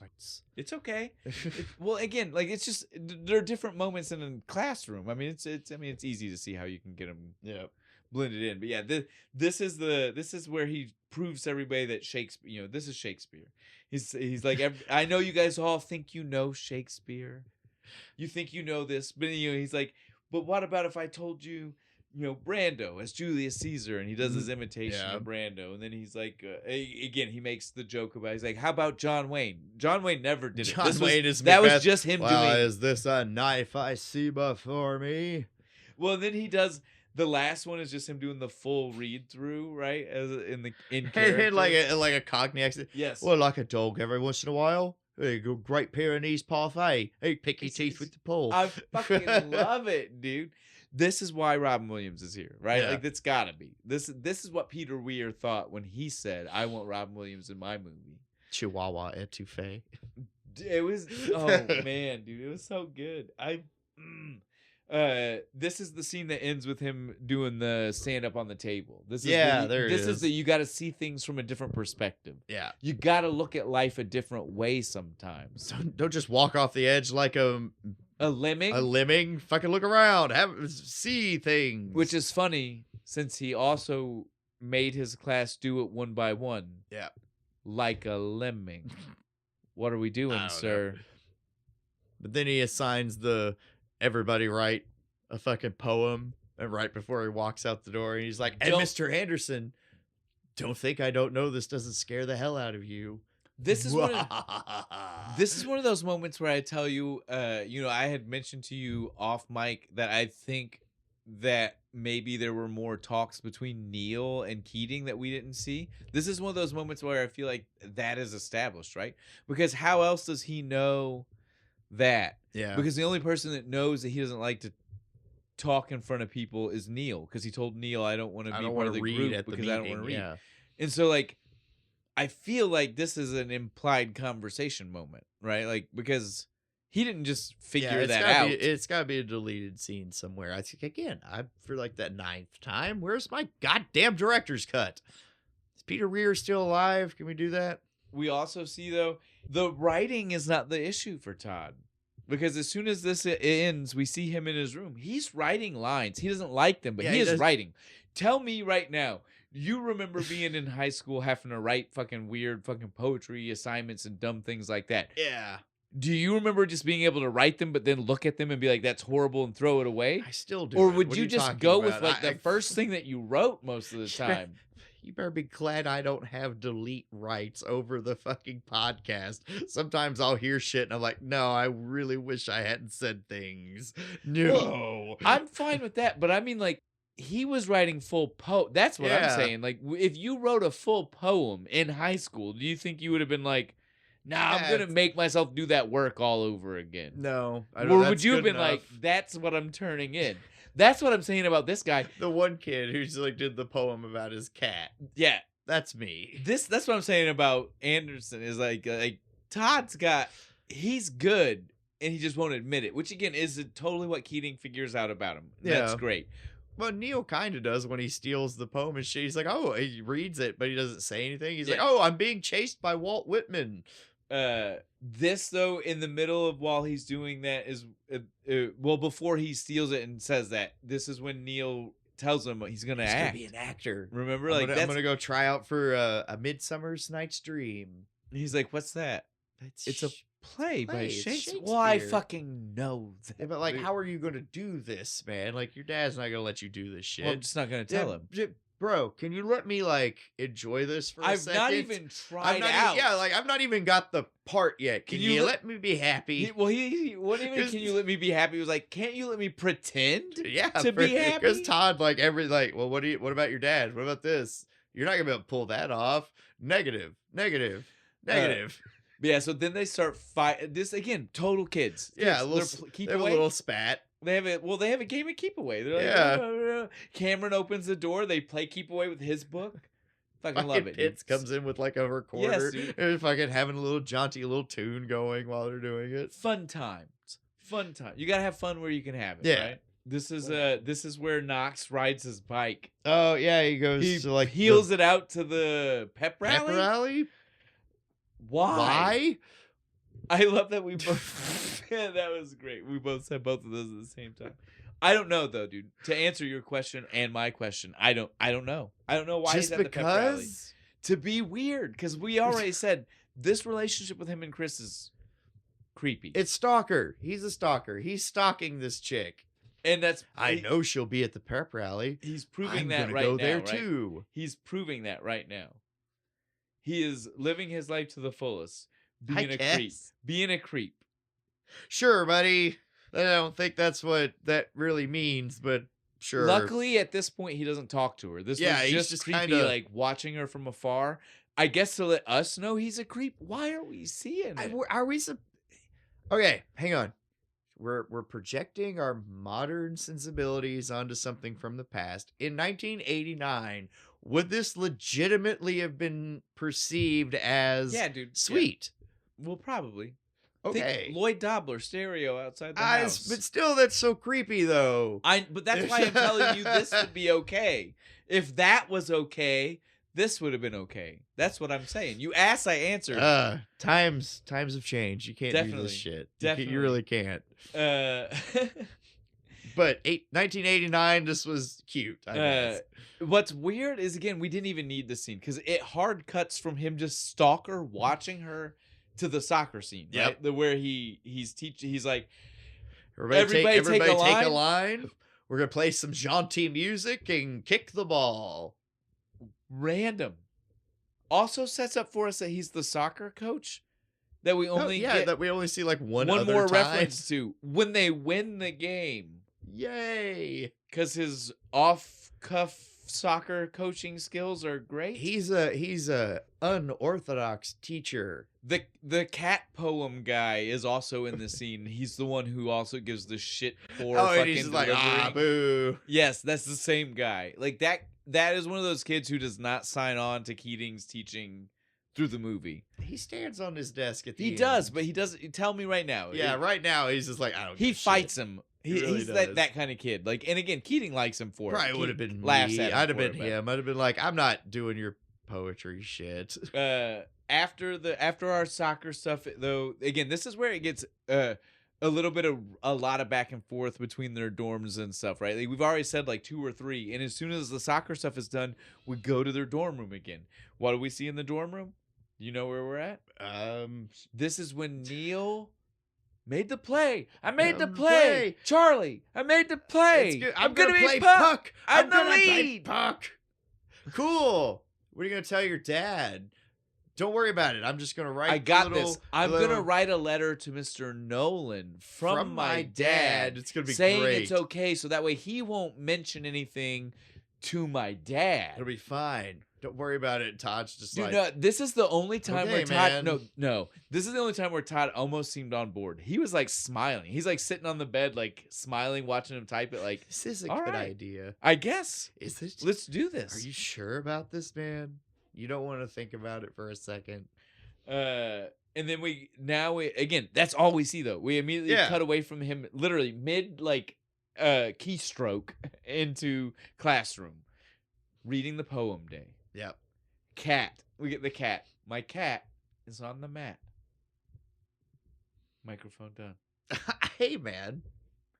He said, look. It rhymed. What do you want? No, look, Keating even was kind of on board. He said, look, people write poems about all kinds of things. And length of a poem, as we already established, has nothing to do with its merit. But don't ever let your poem be ordinary. That was so good. I loved that.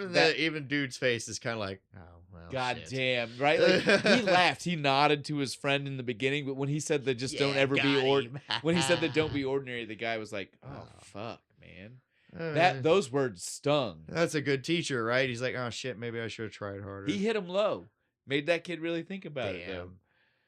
How dare you tear my victory from me, asshole. And then he's walking through the class doing that teacher thing, right? He's like doing I'm going to snipe the kid that looks like they want it the least. That's my next target. Todd, buddy.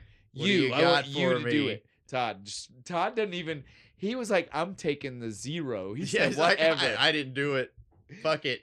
Look, again, I want to stop this. We've all been in high school. You know how much you really don't care on an assignment for you to fucking like literally think to yourself, I'm just gonna say it. I don't even care. I'm just gonna tell them, because every other time you'll lie or my dog ate it. I left it at home. You'll piss out a fucking something and just be like, whatever. People can laugh.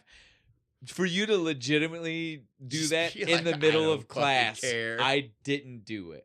You've got balls, and you really thought about it. You really weighed out your options and was like, nope, this is not worth it. This is the one that's going to turn out best for me, is to say this. Keating doesn't have it, though, does he? This does not work out. No, he's like, all right, cool, get up. I don't know what Todd thought was going to happen, but it wasn't this. Every time I did it, the teacher just kind of grumbled and moved on.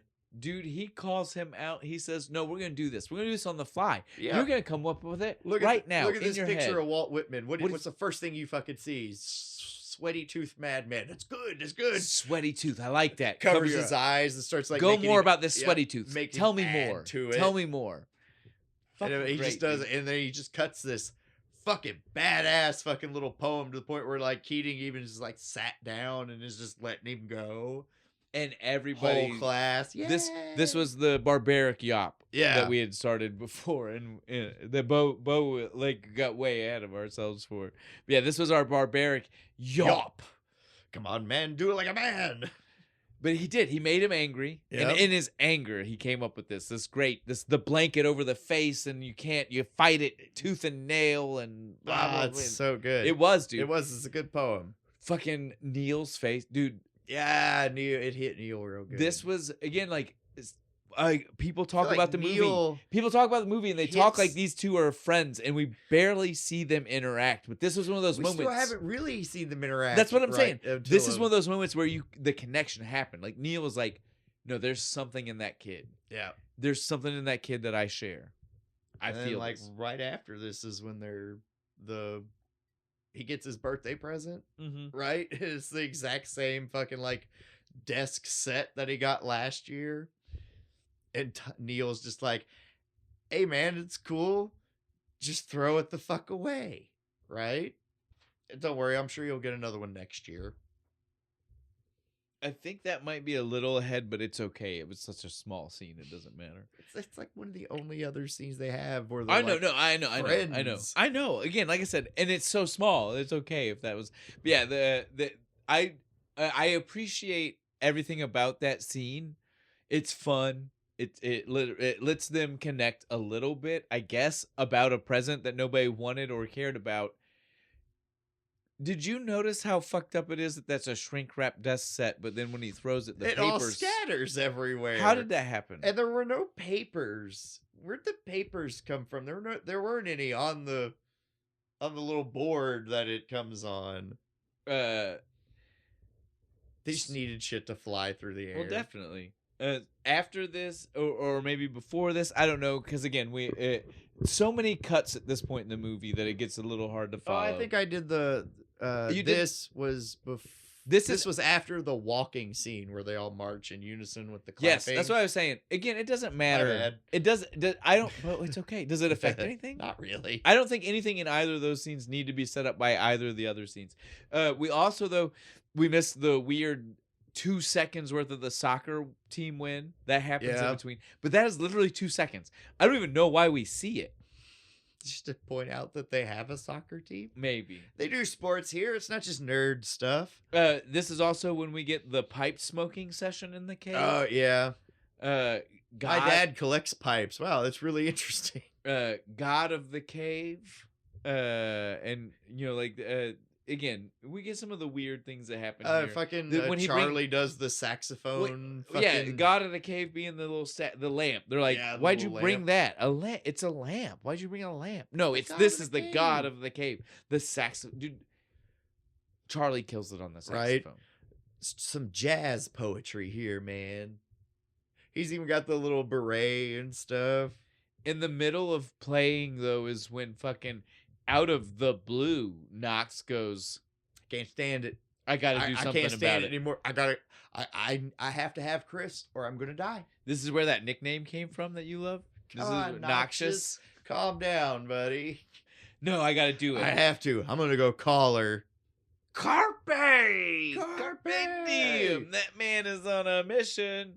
He hangs up. He calls her. She says hello. He hangs up. My parents are going to kill me. She's going to kill me. Everybody's going to kill me. I hate this. What am I doing? Calls again. She's glad. Nobody said anything. He's just like, you guys are right. And then calls her back. She's glad he called. Because she wants to set him up. He doesn't pick up on that. Bitch, though. He does not pick up on that. She even, I think even on the phone call, I think says so. Even Ginny. says like Ginny is going to be there and stuff. He's just like, she was thinking about me.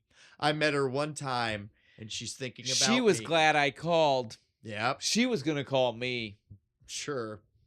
How's that work at a prep school? Do you call the front office and ask for him? The party is at her boyfriend's house. Right. It's at the Danberries, for the love of fucking God, right? I don't know what the fuck Knox was thinking, man. He's just like, I'm so in. I've got this. I'm going to walk in the door and she's going to jump right on it. He is going to have her. He doesn't care. Yes. That's what he said. I'm going to have her. This is when we get the, like you were saying, the march. Some of the things that we almost skipped over while we were doing this. The march. The march is so much fun. It's one of my favorite scenes in the entire movie. The conformity, right? Like, because that's what it's all about. He's trying to teach them a lesson about you don't need to conform. You don't need to be part of the crowd. Even when the herd says it's bad. It's all okay. Who understood the lesson the best? Charlie. Who said, I'm not going to even do I'm not even walking. I'm not even going to do your lesson, right? Yeah, I'm not even going to do your lesson about how you shouldn't walk the path of another person. I'm not going to walk. I'm just out. And he's like, Charlie. thank you for proving my point. I love Charlie so much, dude. I love Charlie. He's the radical one, right? He's like, yes, he gets it. That's it. The most. He's the far left. Like, he's the crazy out there, like to the extreme. He's the hippie. Yeah. He's the beatnik. Yeah. He's the 50s. He's the beatnik. It's the 50s. He's the precursor to the hippies. I love it. This is also when we get his interpretation of the Robert Frost, right? This is the two paths in the wood. You know, we all know. It's in We've analyzed everybody's wedding or funeral for some reason. English classes drive it into your head. We all get it. I took the one less trodden. So we don't need to go there. Yeah, we know that one. And then he's like, I see some of you. You're like, I would have walked differently. Well, let me ask you. Why were you clapping? That's a good fucking point. Why are you clapping to a beat, the same beat as everybody else? I was that kid. I would have definitely been like, I wouldn't have, and then probably caught myself. Then he'd hit me with it. Probably like clapping while he said it. I was like, fuck, I was clapping. God damn him. Once this scene is over, though, that's when we get the birthday. We've already addressed all this, the throwing of the thing. Again, it doesn't matter. No specialness has happened or lost by not having that. The next thing is they're all hanging out in the cave, and Charlie brings the bitches with him. This is the one time where I feel like he lost the plot. He overstepped a little bit here, didn't he? Neil smiles when they first show up, but then you see him very upset, very worried. He stays that way until he gets the booze passed to him, and then he kind of lightens it up again. Yeah, he relaxes a little bit. But all of that being said, this is one of my favorites because this is when he officially becomes Nawanda. Lipstick on the cheeks, little symbols. And he is like, he's throwing Shakespeare at these chicks and being like, yeah, I made that up. It's just for you. And they're buying it. Like Meeks is smiling. Like his smile is so like ear to ear, dude. I love it. There's a girl here. It's so much fun. Me and Pitts are building a radio. Isn't that cool? You guys think that's cool? No, not really, not at all. That's okay. In the midst of all that, we get to see the party. Knox at his party at the Danbury's house. When the guys think he's Mutt. This was so funny. You Mutt's brother? Mutt Sanders. It's not even the same name. And he's just like, no, I don't know. Yeah, you're him. Mutt's your little brother was awesome. Here, have some whiskey. We love Mutt. You tell Mutt we miss him. You got that? All right, I gotta go over here now. Puts the fucking like helmet with the horns on. Just wanders off. Again, the party from the minute he gets to the door, we didn't address that, but Chris runs looking for Ginny. Further cementing. Yeah, as soon as he gets there, she's like, she's ran her somewhere. Cementing the fact that I'm pretty sure he was supposed to be there to be hooked up with Ginny, for Ginny, right? And he never pieced it together. No, He sat at the party until the point that it's nighttime. The party has died down. It's over. Uncomfortable. Everybody's like making out. He's like sitting on the couch and they're he all sits on the up couch. on him and He shit. sits on the couch out of nowhere. He just randomly decides to sit down. He pushes the makeout people off of him, and then lo and behold, who's beside him? It's Chris. Shut up. What's Who the is chances? Passed out. And this is where he becomes. This is SA. This is Yeah, sexual. no, we this shouldn't say those isn't cool, words, man. but this is. You guys know what we're saying. Maybe I could excuse maybe the like brush the hair, but then you keep and again, can't be kissing. I'm not even. So this is one of those on. moments where like I'm not trying to downplay it when I say like it wasn't that bad. No, it was bad. Yeah. It was bad. He should never have done this. He crosses lines. When I say it's not that bad, I just mean by like technically when you hear the words sexual assault, you think of a lot worse. That's all I mean. She wasn't awake to consent to anything. And so problems is problems. Yeah, I'm so not trying to excuse anything. Don't touch a bitch. Definitely don't try to kiss her, even if it's on the forehead. No. Your mouth to any part of her body while she is unconscious, not okay. Maybe poke her in the forehead. Boop. Wake up. And I feel like you need to move. I feel like we don't see it, but the implication is that maybe his hands went up her Down side or something. Like not on. No, I'm not saying bad about Knox. Not in sexually inappropriate places, but in inappropriate places. He still should not have touched her because she's not awake, and to people across the room, it looks bad. Any touching is bad. Yeah, touching. it was like, what the fuck are you doing? And then Chet shows up and beats the absolute shit out of him. Fuck out of him. Chris wakes up in the middle of it though, literally being like, "No, stop! It's okay that he didn't do anything wrong. Borderline molesting me. Should have been the first red flag to Chet. Yeah. Chet should have been like, bitch, what? Bitch, what do you mean it's okay? We don't know this dude. What are you talking about? Where the fuck did this guy even come from? Who is this asshole? If I see him again, I'll kill him." Then we cut back to the cave. What did Charlie do?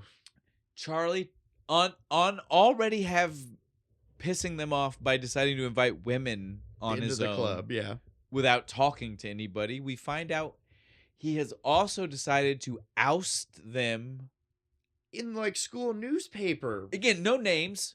No. He's not saying who's members, but he did oust the fact that there is now a resurgence of the dead poets. And they want women in the school, god damn it.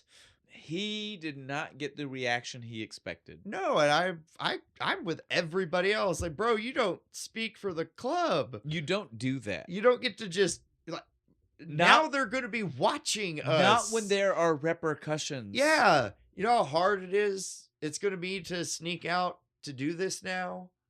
Because people are watching? Oh, it's okay. They're not going to care that much. Just immediately cut to them fucking a big assembly like, Mr. Nolan. I know somebody did something. And I will find out. Trust me, I will find out. Ring. All right, as mad as I was at Charlie a second ago. Ring. Fuck me, this is legend. With the phone call. How did he get the phone to ring? I don't know. Did he pay somebody to call them at that time? Mr. Nolan, it's God. He says we should have women. He was so livid. He's going to be talked about forever. He was so livid. Nolan said, come to my office. This is outrageous. I know this was the 50s, and technically, corporal punishment was still allowed in public schools until I was in the 2nd grade, but I never saw it. I never saw this. I never got paddled. It would have been outlawed by the time you were in school. The principal did send the paddle home with my mom once. I see. That is allowed. Because he was like, no, we still have it. Yeah, but they can't use it. Yeah. Well, mom sure as fuck Well, could. that's fine. But they're not I might allowed be the to. last person in the town that got their ass beat by that fucking paddle. Probably were, dude. But yeah, so like corporal punishment was not allowed, but like it not only is it crazy to me that it's here, because again, it was allowed in the 50s. In 89 it was allowed. So that's why it definitely, like, the movie didn't even think twice about putting it in, right? But the fact that they're doing it to a 17-year-old. that they are beating the 17-year-old with what is essentially a fucking club. Yeah, dude, this thing is a fucking hickory plank with holes drilled in it. That's insane, right?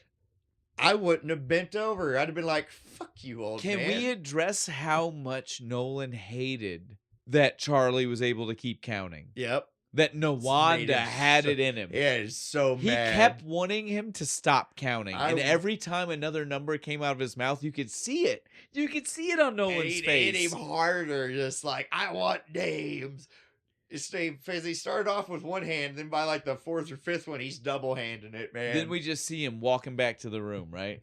Grabbing his ass. You call that walking. He's like waddling. They're like, Neil's like, what'd you do? What'd you tell him? I'm supposed to give everybody up and apologize. What did you say? Please. I didn't say Charlie. Shit.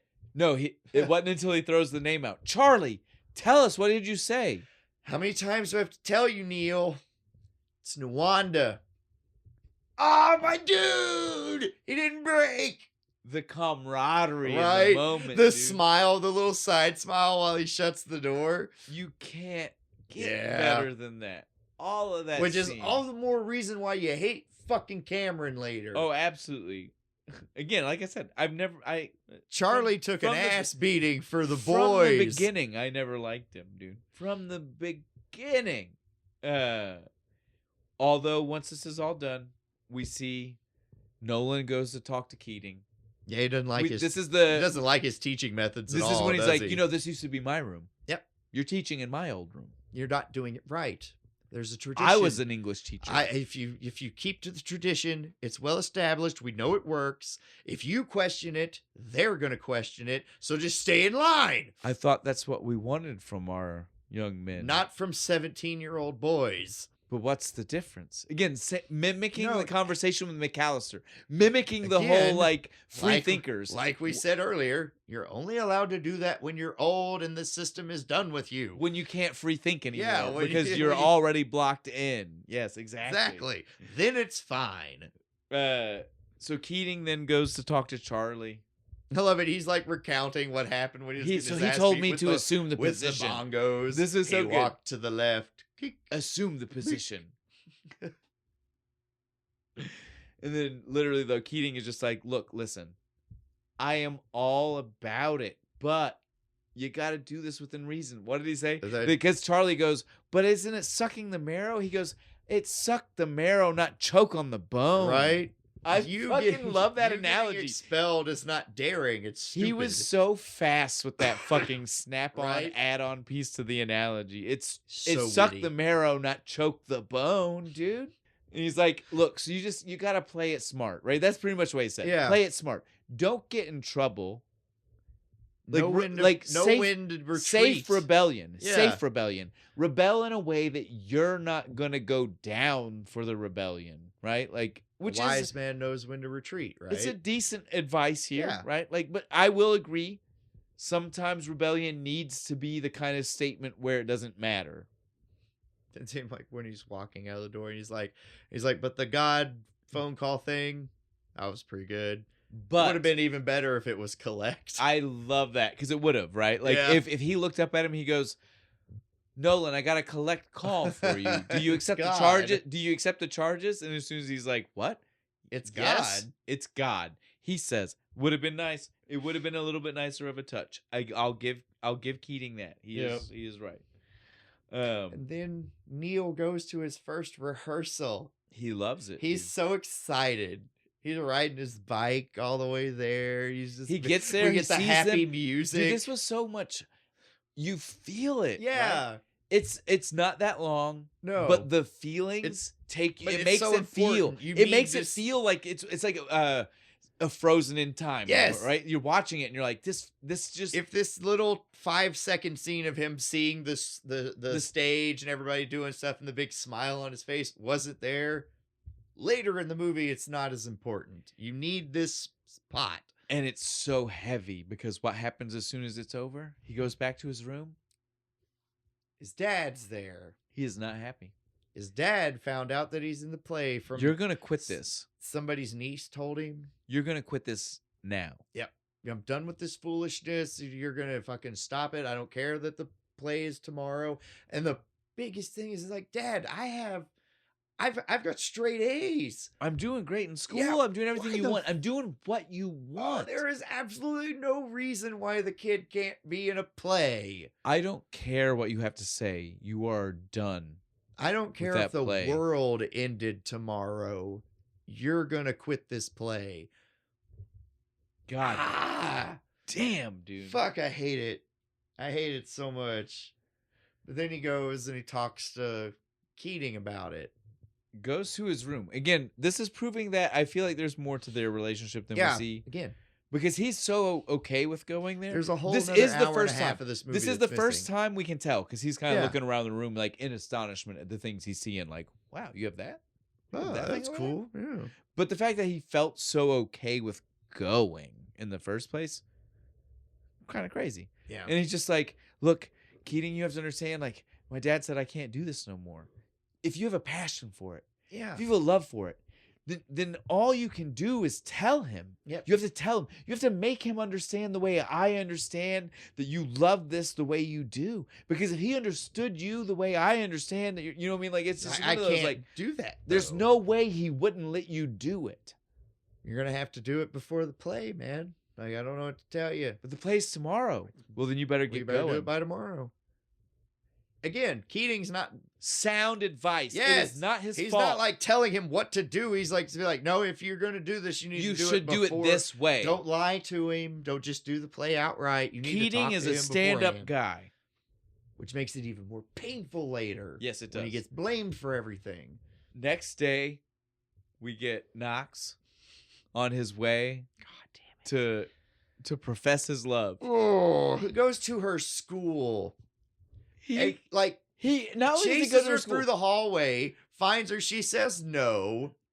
She says, "Go away." Goes into her classroom and starts to read the poem that he has been spitboarding since the day in class. The first one, since the very first one, just keeps reworking it. And he reads it to her. One of Chet's best friends from the party is in there watching it happen, and he's I feel so bad for her. What's this happening? She's so embarrassed. She is. I feel so bad. I'm embarrassed for her. Rightfully so, dude. Rightfully so. And when Knox goes back to class, he's just like, I did it. I read her the thing. What'd she say? Doesn't matter. Doesn't matter. I read it to her. Dude, no, it matters what she said. I also love his stroll through the kitchen for no reason. Grabbing the roll. Shh. Always make friends with the kitchen staff. It was so priceless, dude. So priceless. Yeah, at this point, though, he has definitely carped the deal out of the situation. The point of right? Fucking stalker. Then we get to see Neil. He's talking to Keating in class, right? He's like, hey, Mr. Keating, you won't believe it. You won't believe it.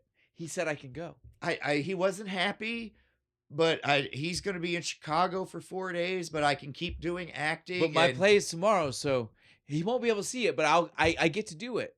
Doesn't but he should be. I mean, I'm pretty sure it's going to be. I'm pretty sure it's 4 days. I'm pretty sure. You can feel the nerd, like right. The first time he says it, you're like, oh, okay, great. The more he keeps saying, you're like, oh, he's so fucking. And Keating so can lying. Tell. Yeah, Keating is even this is the one time where I'm like, Keating, say something. You should have called him out. You should have called his bullshit. You should have been like, you didn't say shit to your dad, did you? Right. Other than this moment, he's never done anything wrong. In this moment, we all know he knew because we all could. Like, not only did we definitely know, right?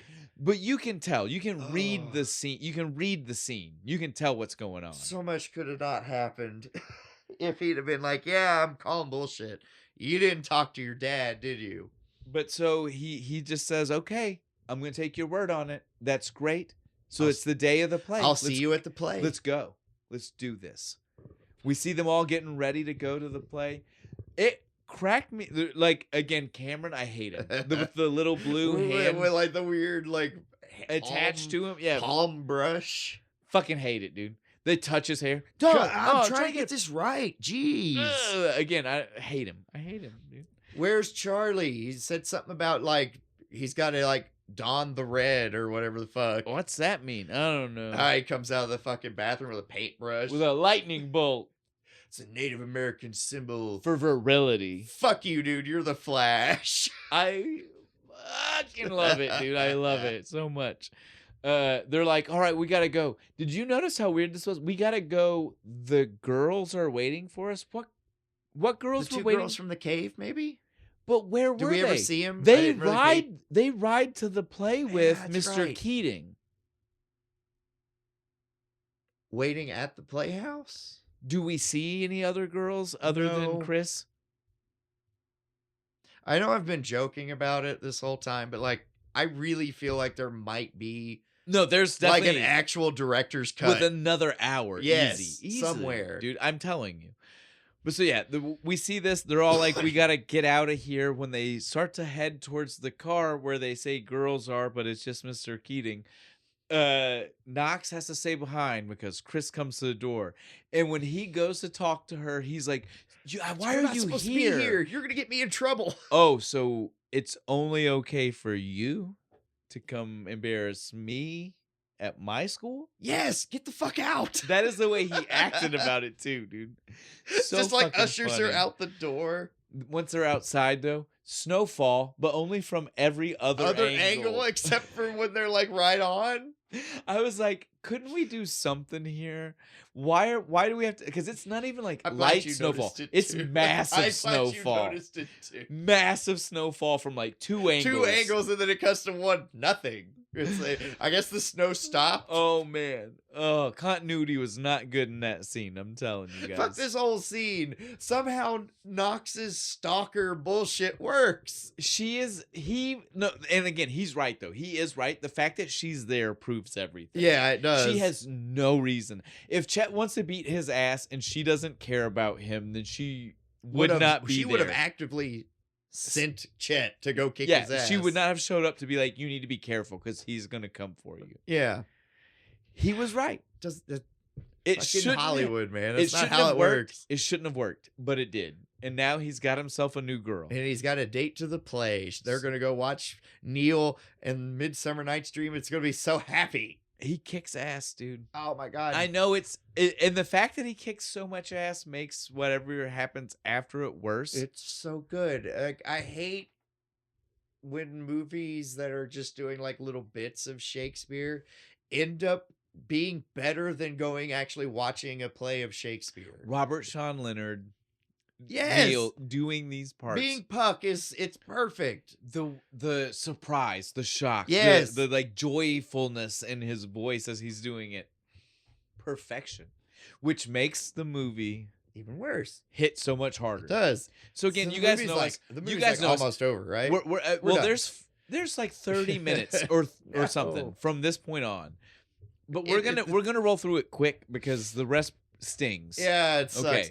The play is so good, and then he's going to go do like the final speech at the end, and his dad is there, but rather than like letting it affect the show, he uses it to nails it. He's like speaking to his dad. He looks his dad dead in the eyes, and it's so poignant to like the other conversations that they've had. Dude, we even see Keating in the audience, like he's being moved. He's damn near in tears by it. All of his friends. Standing ovation at the end, right? Everybody, huge pop. Dad doesn't care. Doesn't give a fuck. I'm taking you out of this school. I'm going to enroll you in like military fucking school. You're coming home with me right now. You're going to be a goddamn doctor. You're not talking to anybody. You're not going back to your room. You're coming home.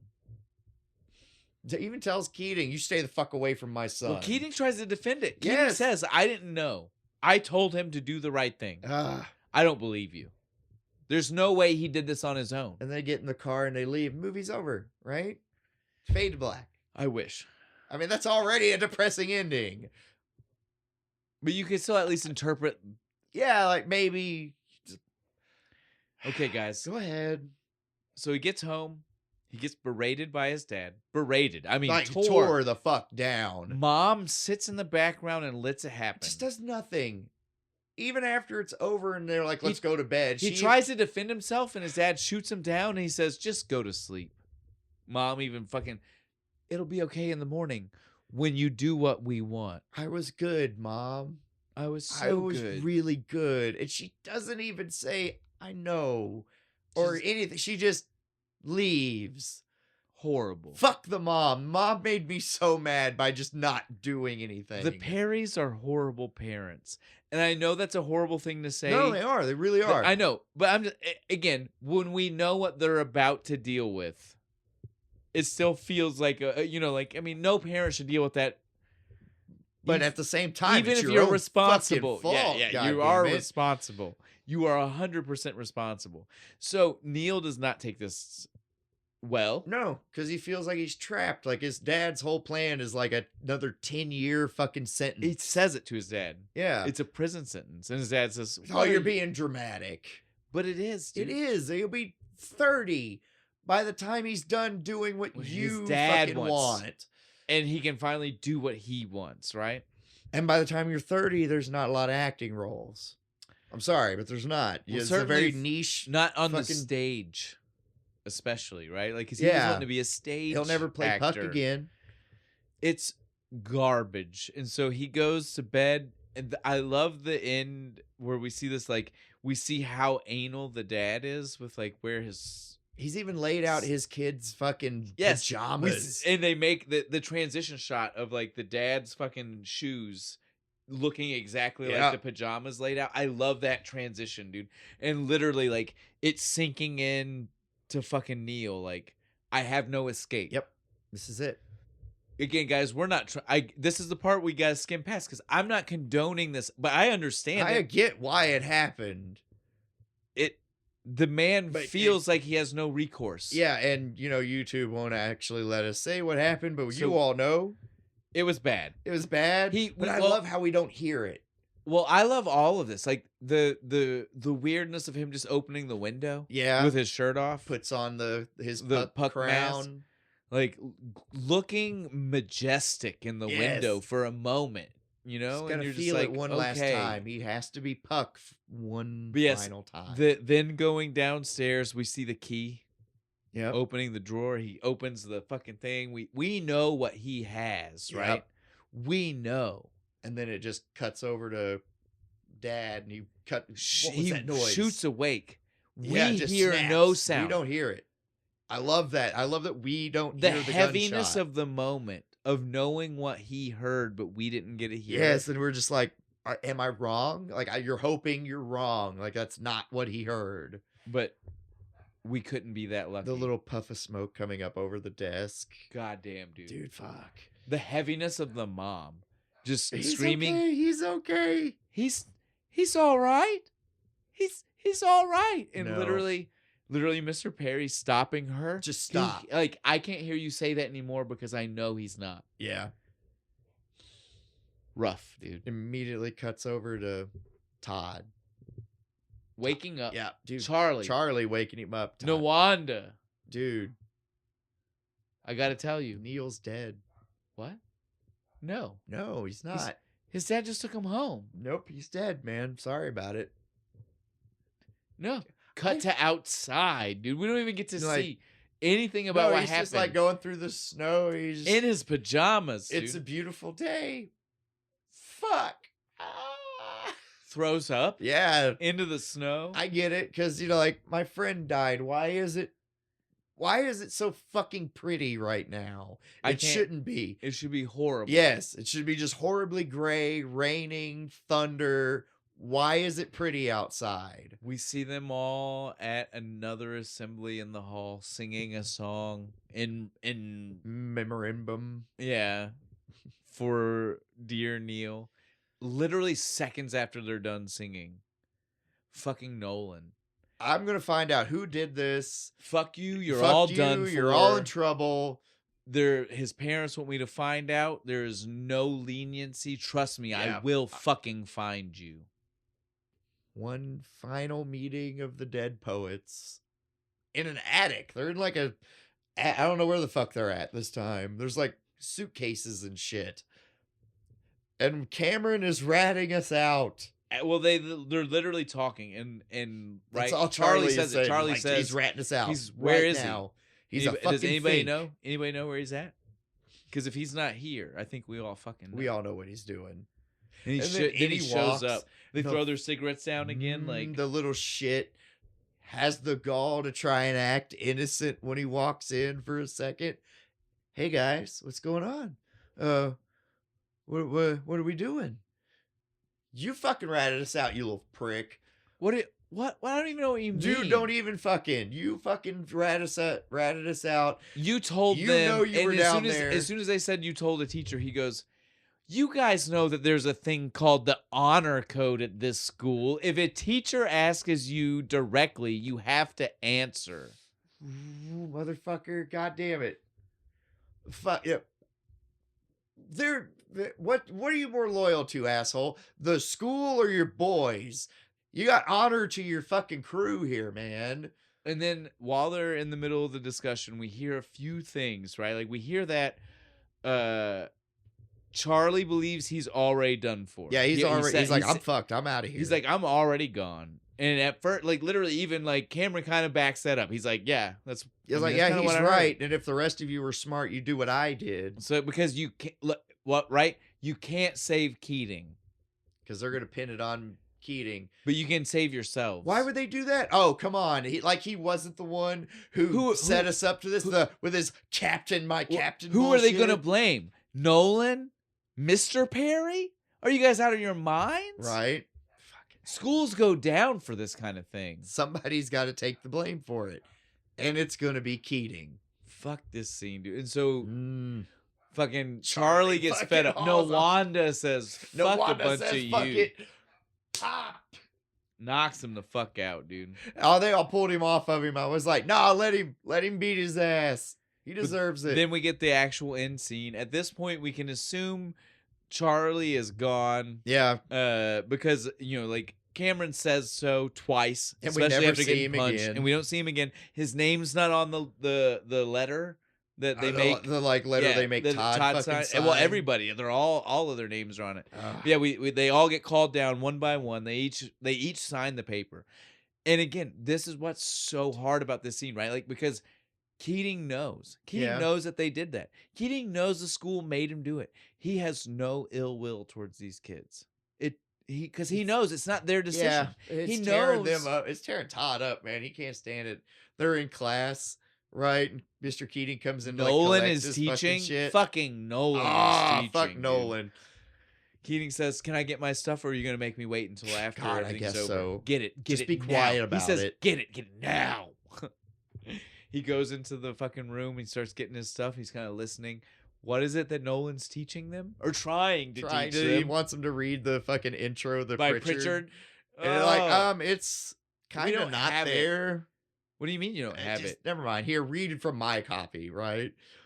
Literally, fucking, I love the snicker from fucking Keating in the he's the over. office He's room. like, I love it, dude. I love it. And he steps out and he's looking at everybody as they're reading this fucking thing again. And he's just like, starts to leave. Horrible. And Todd jumps up and he's like, Mr. Keating, I swear to God, they put me up to it. I didn't want to say, dude. I know. But it's fine. It's okay. All Mr. right. All and like, I get Mr. it. Anderson. And fucking right. Nolan's just like, if you jump up one more time, you're expelled. And he yells at Keating. Everybody just says, you get the hell out of here. He's like, okay, all right, I'm leaving.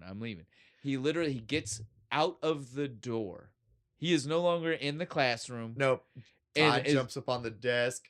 The Captain, my captain scene. And again, guys, it's one of those things where if you've never seen the movie, you've seen the scene. Parodied. But if you've not seen the movie, the weight of it isn't there. Like when you sit through 2 hours and then you see the moment he stands on the desk and he says it, and then one by one more people start doing. Some of these kids, even Meathead, yes, Cat is a Matt guy, stands the guy up on the who desk. Definitely did not buy into this shit. Yes, he stands up and he's like, Keating was a good fucking dude.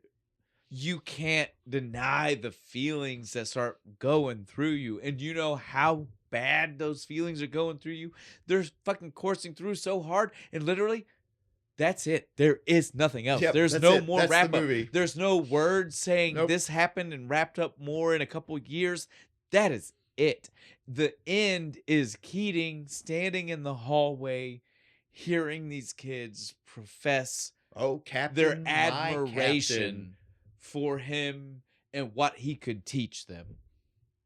It's such a good movie. Why does that? Ooh, I hate the end.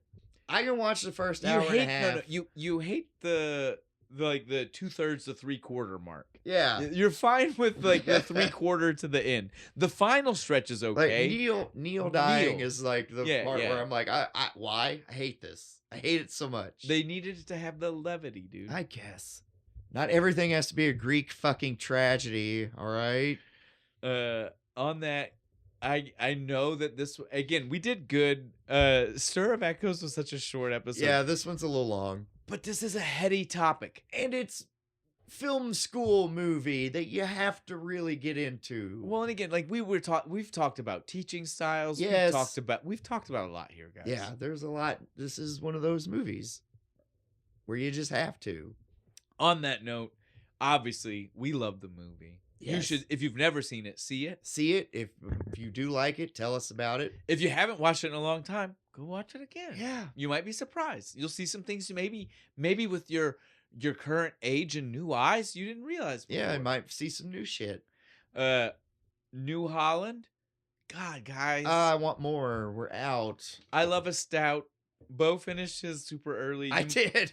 I didn't get mad this time. Well, because again, it was good. Like, know it was you, not the amount of liquid, right? Like, well, and again, like, I'm not going to lie. People who are watching the video might have noticed that I only had...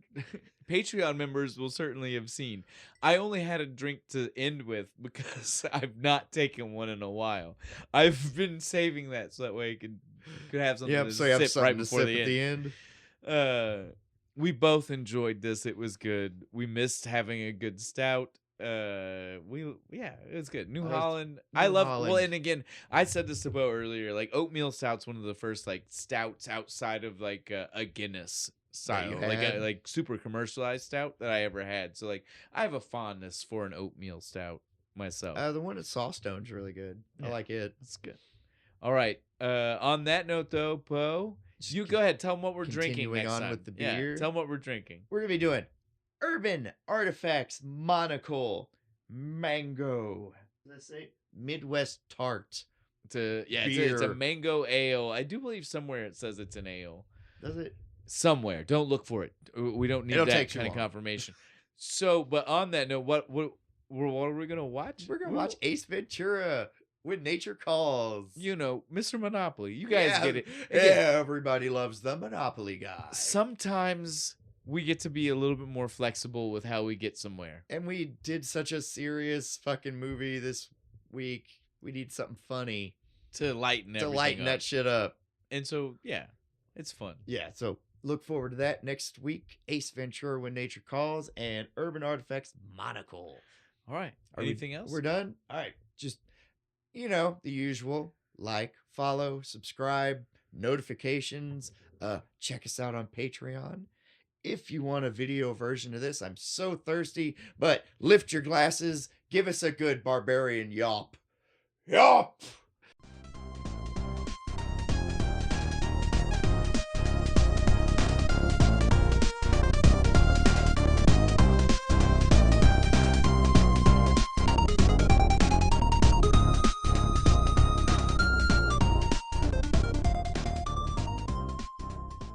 No wonder.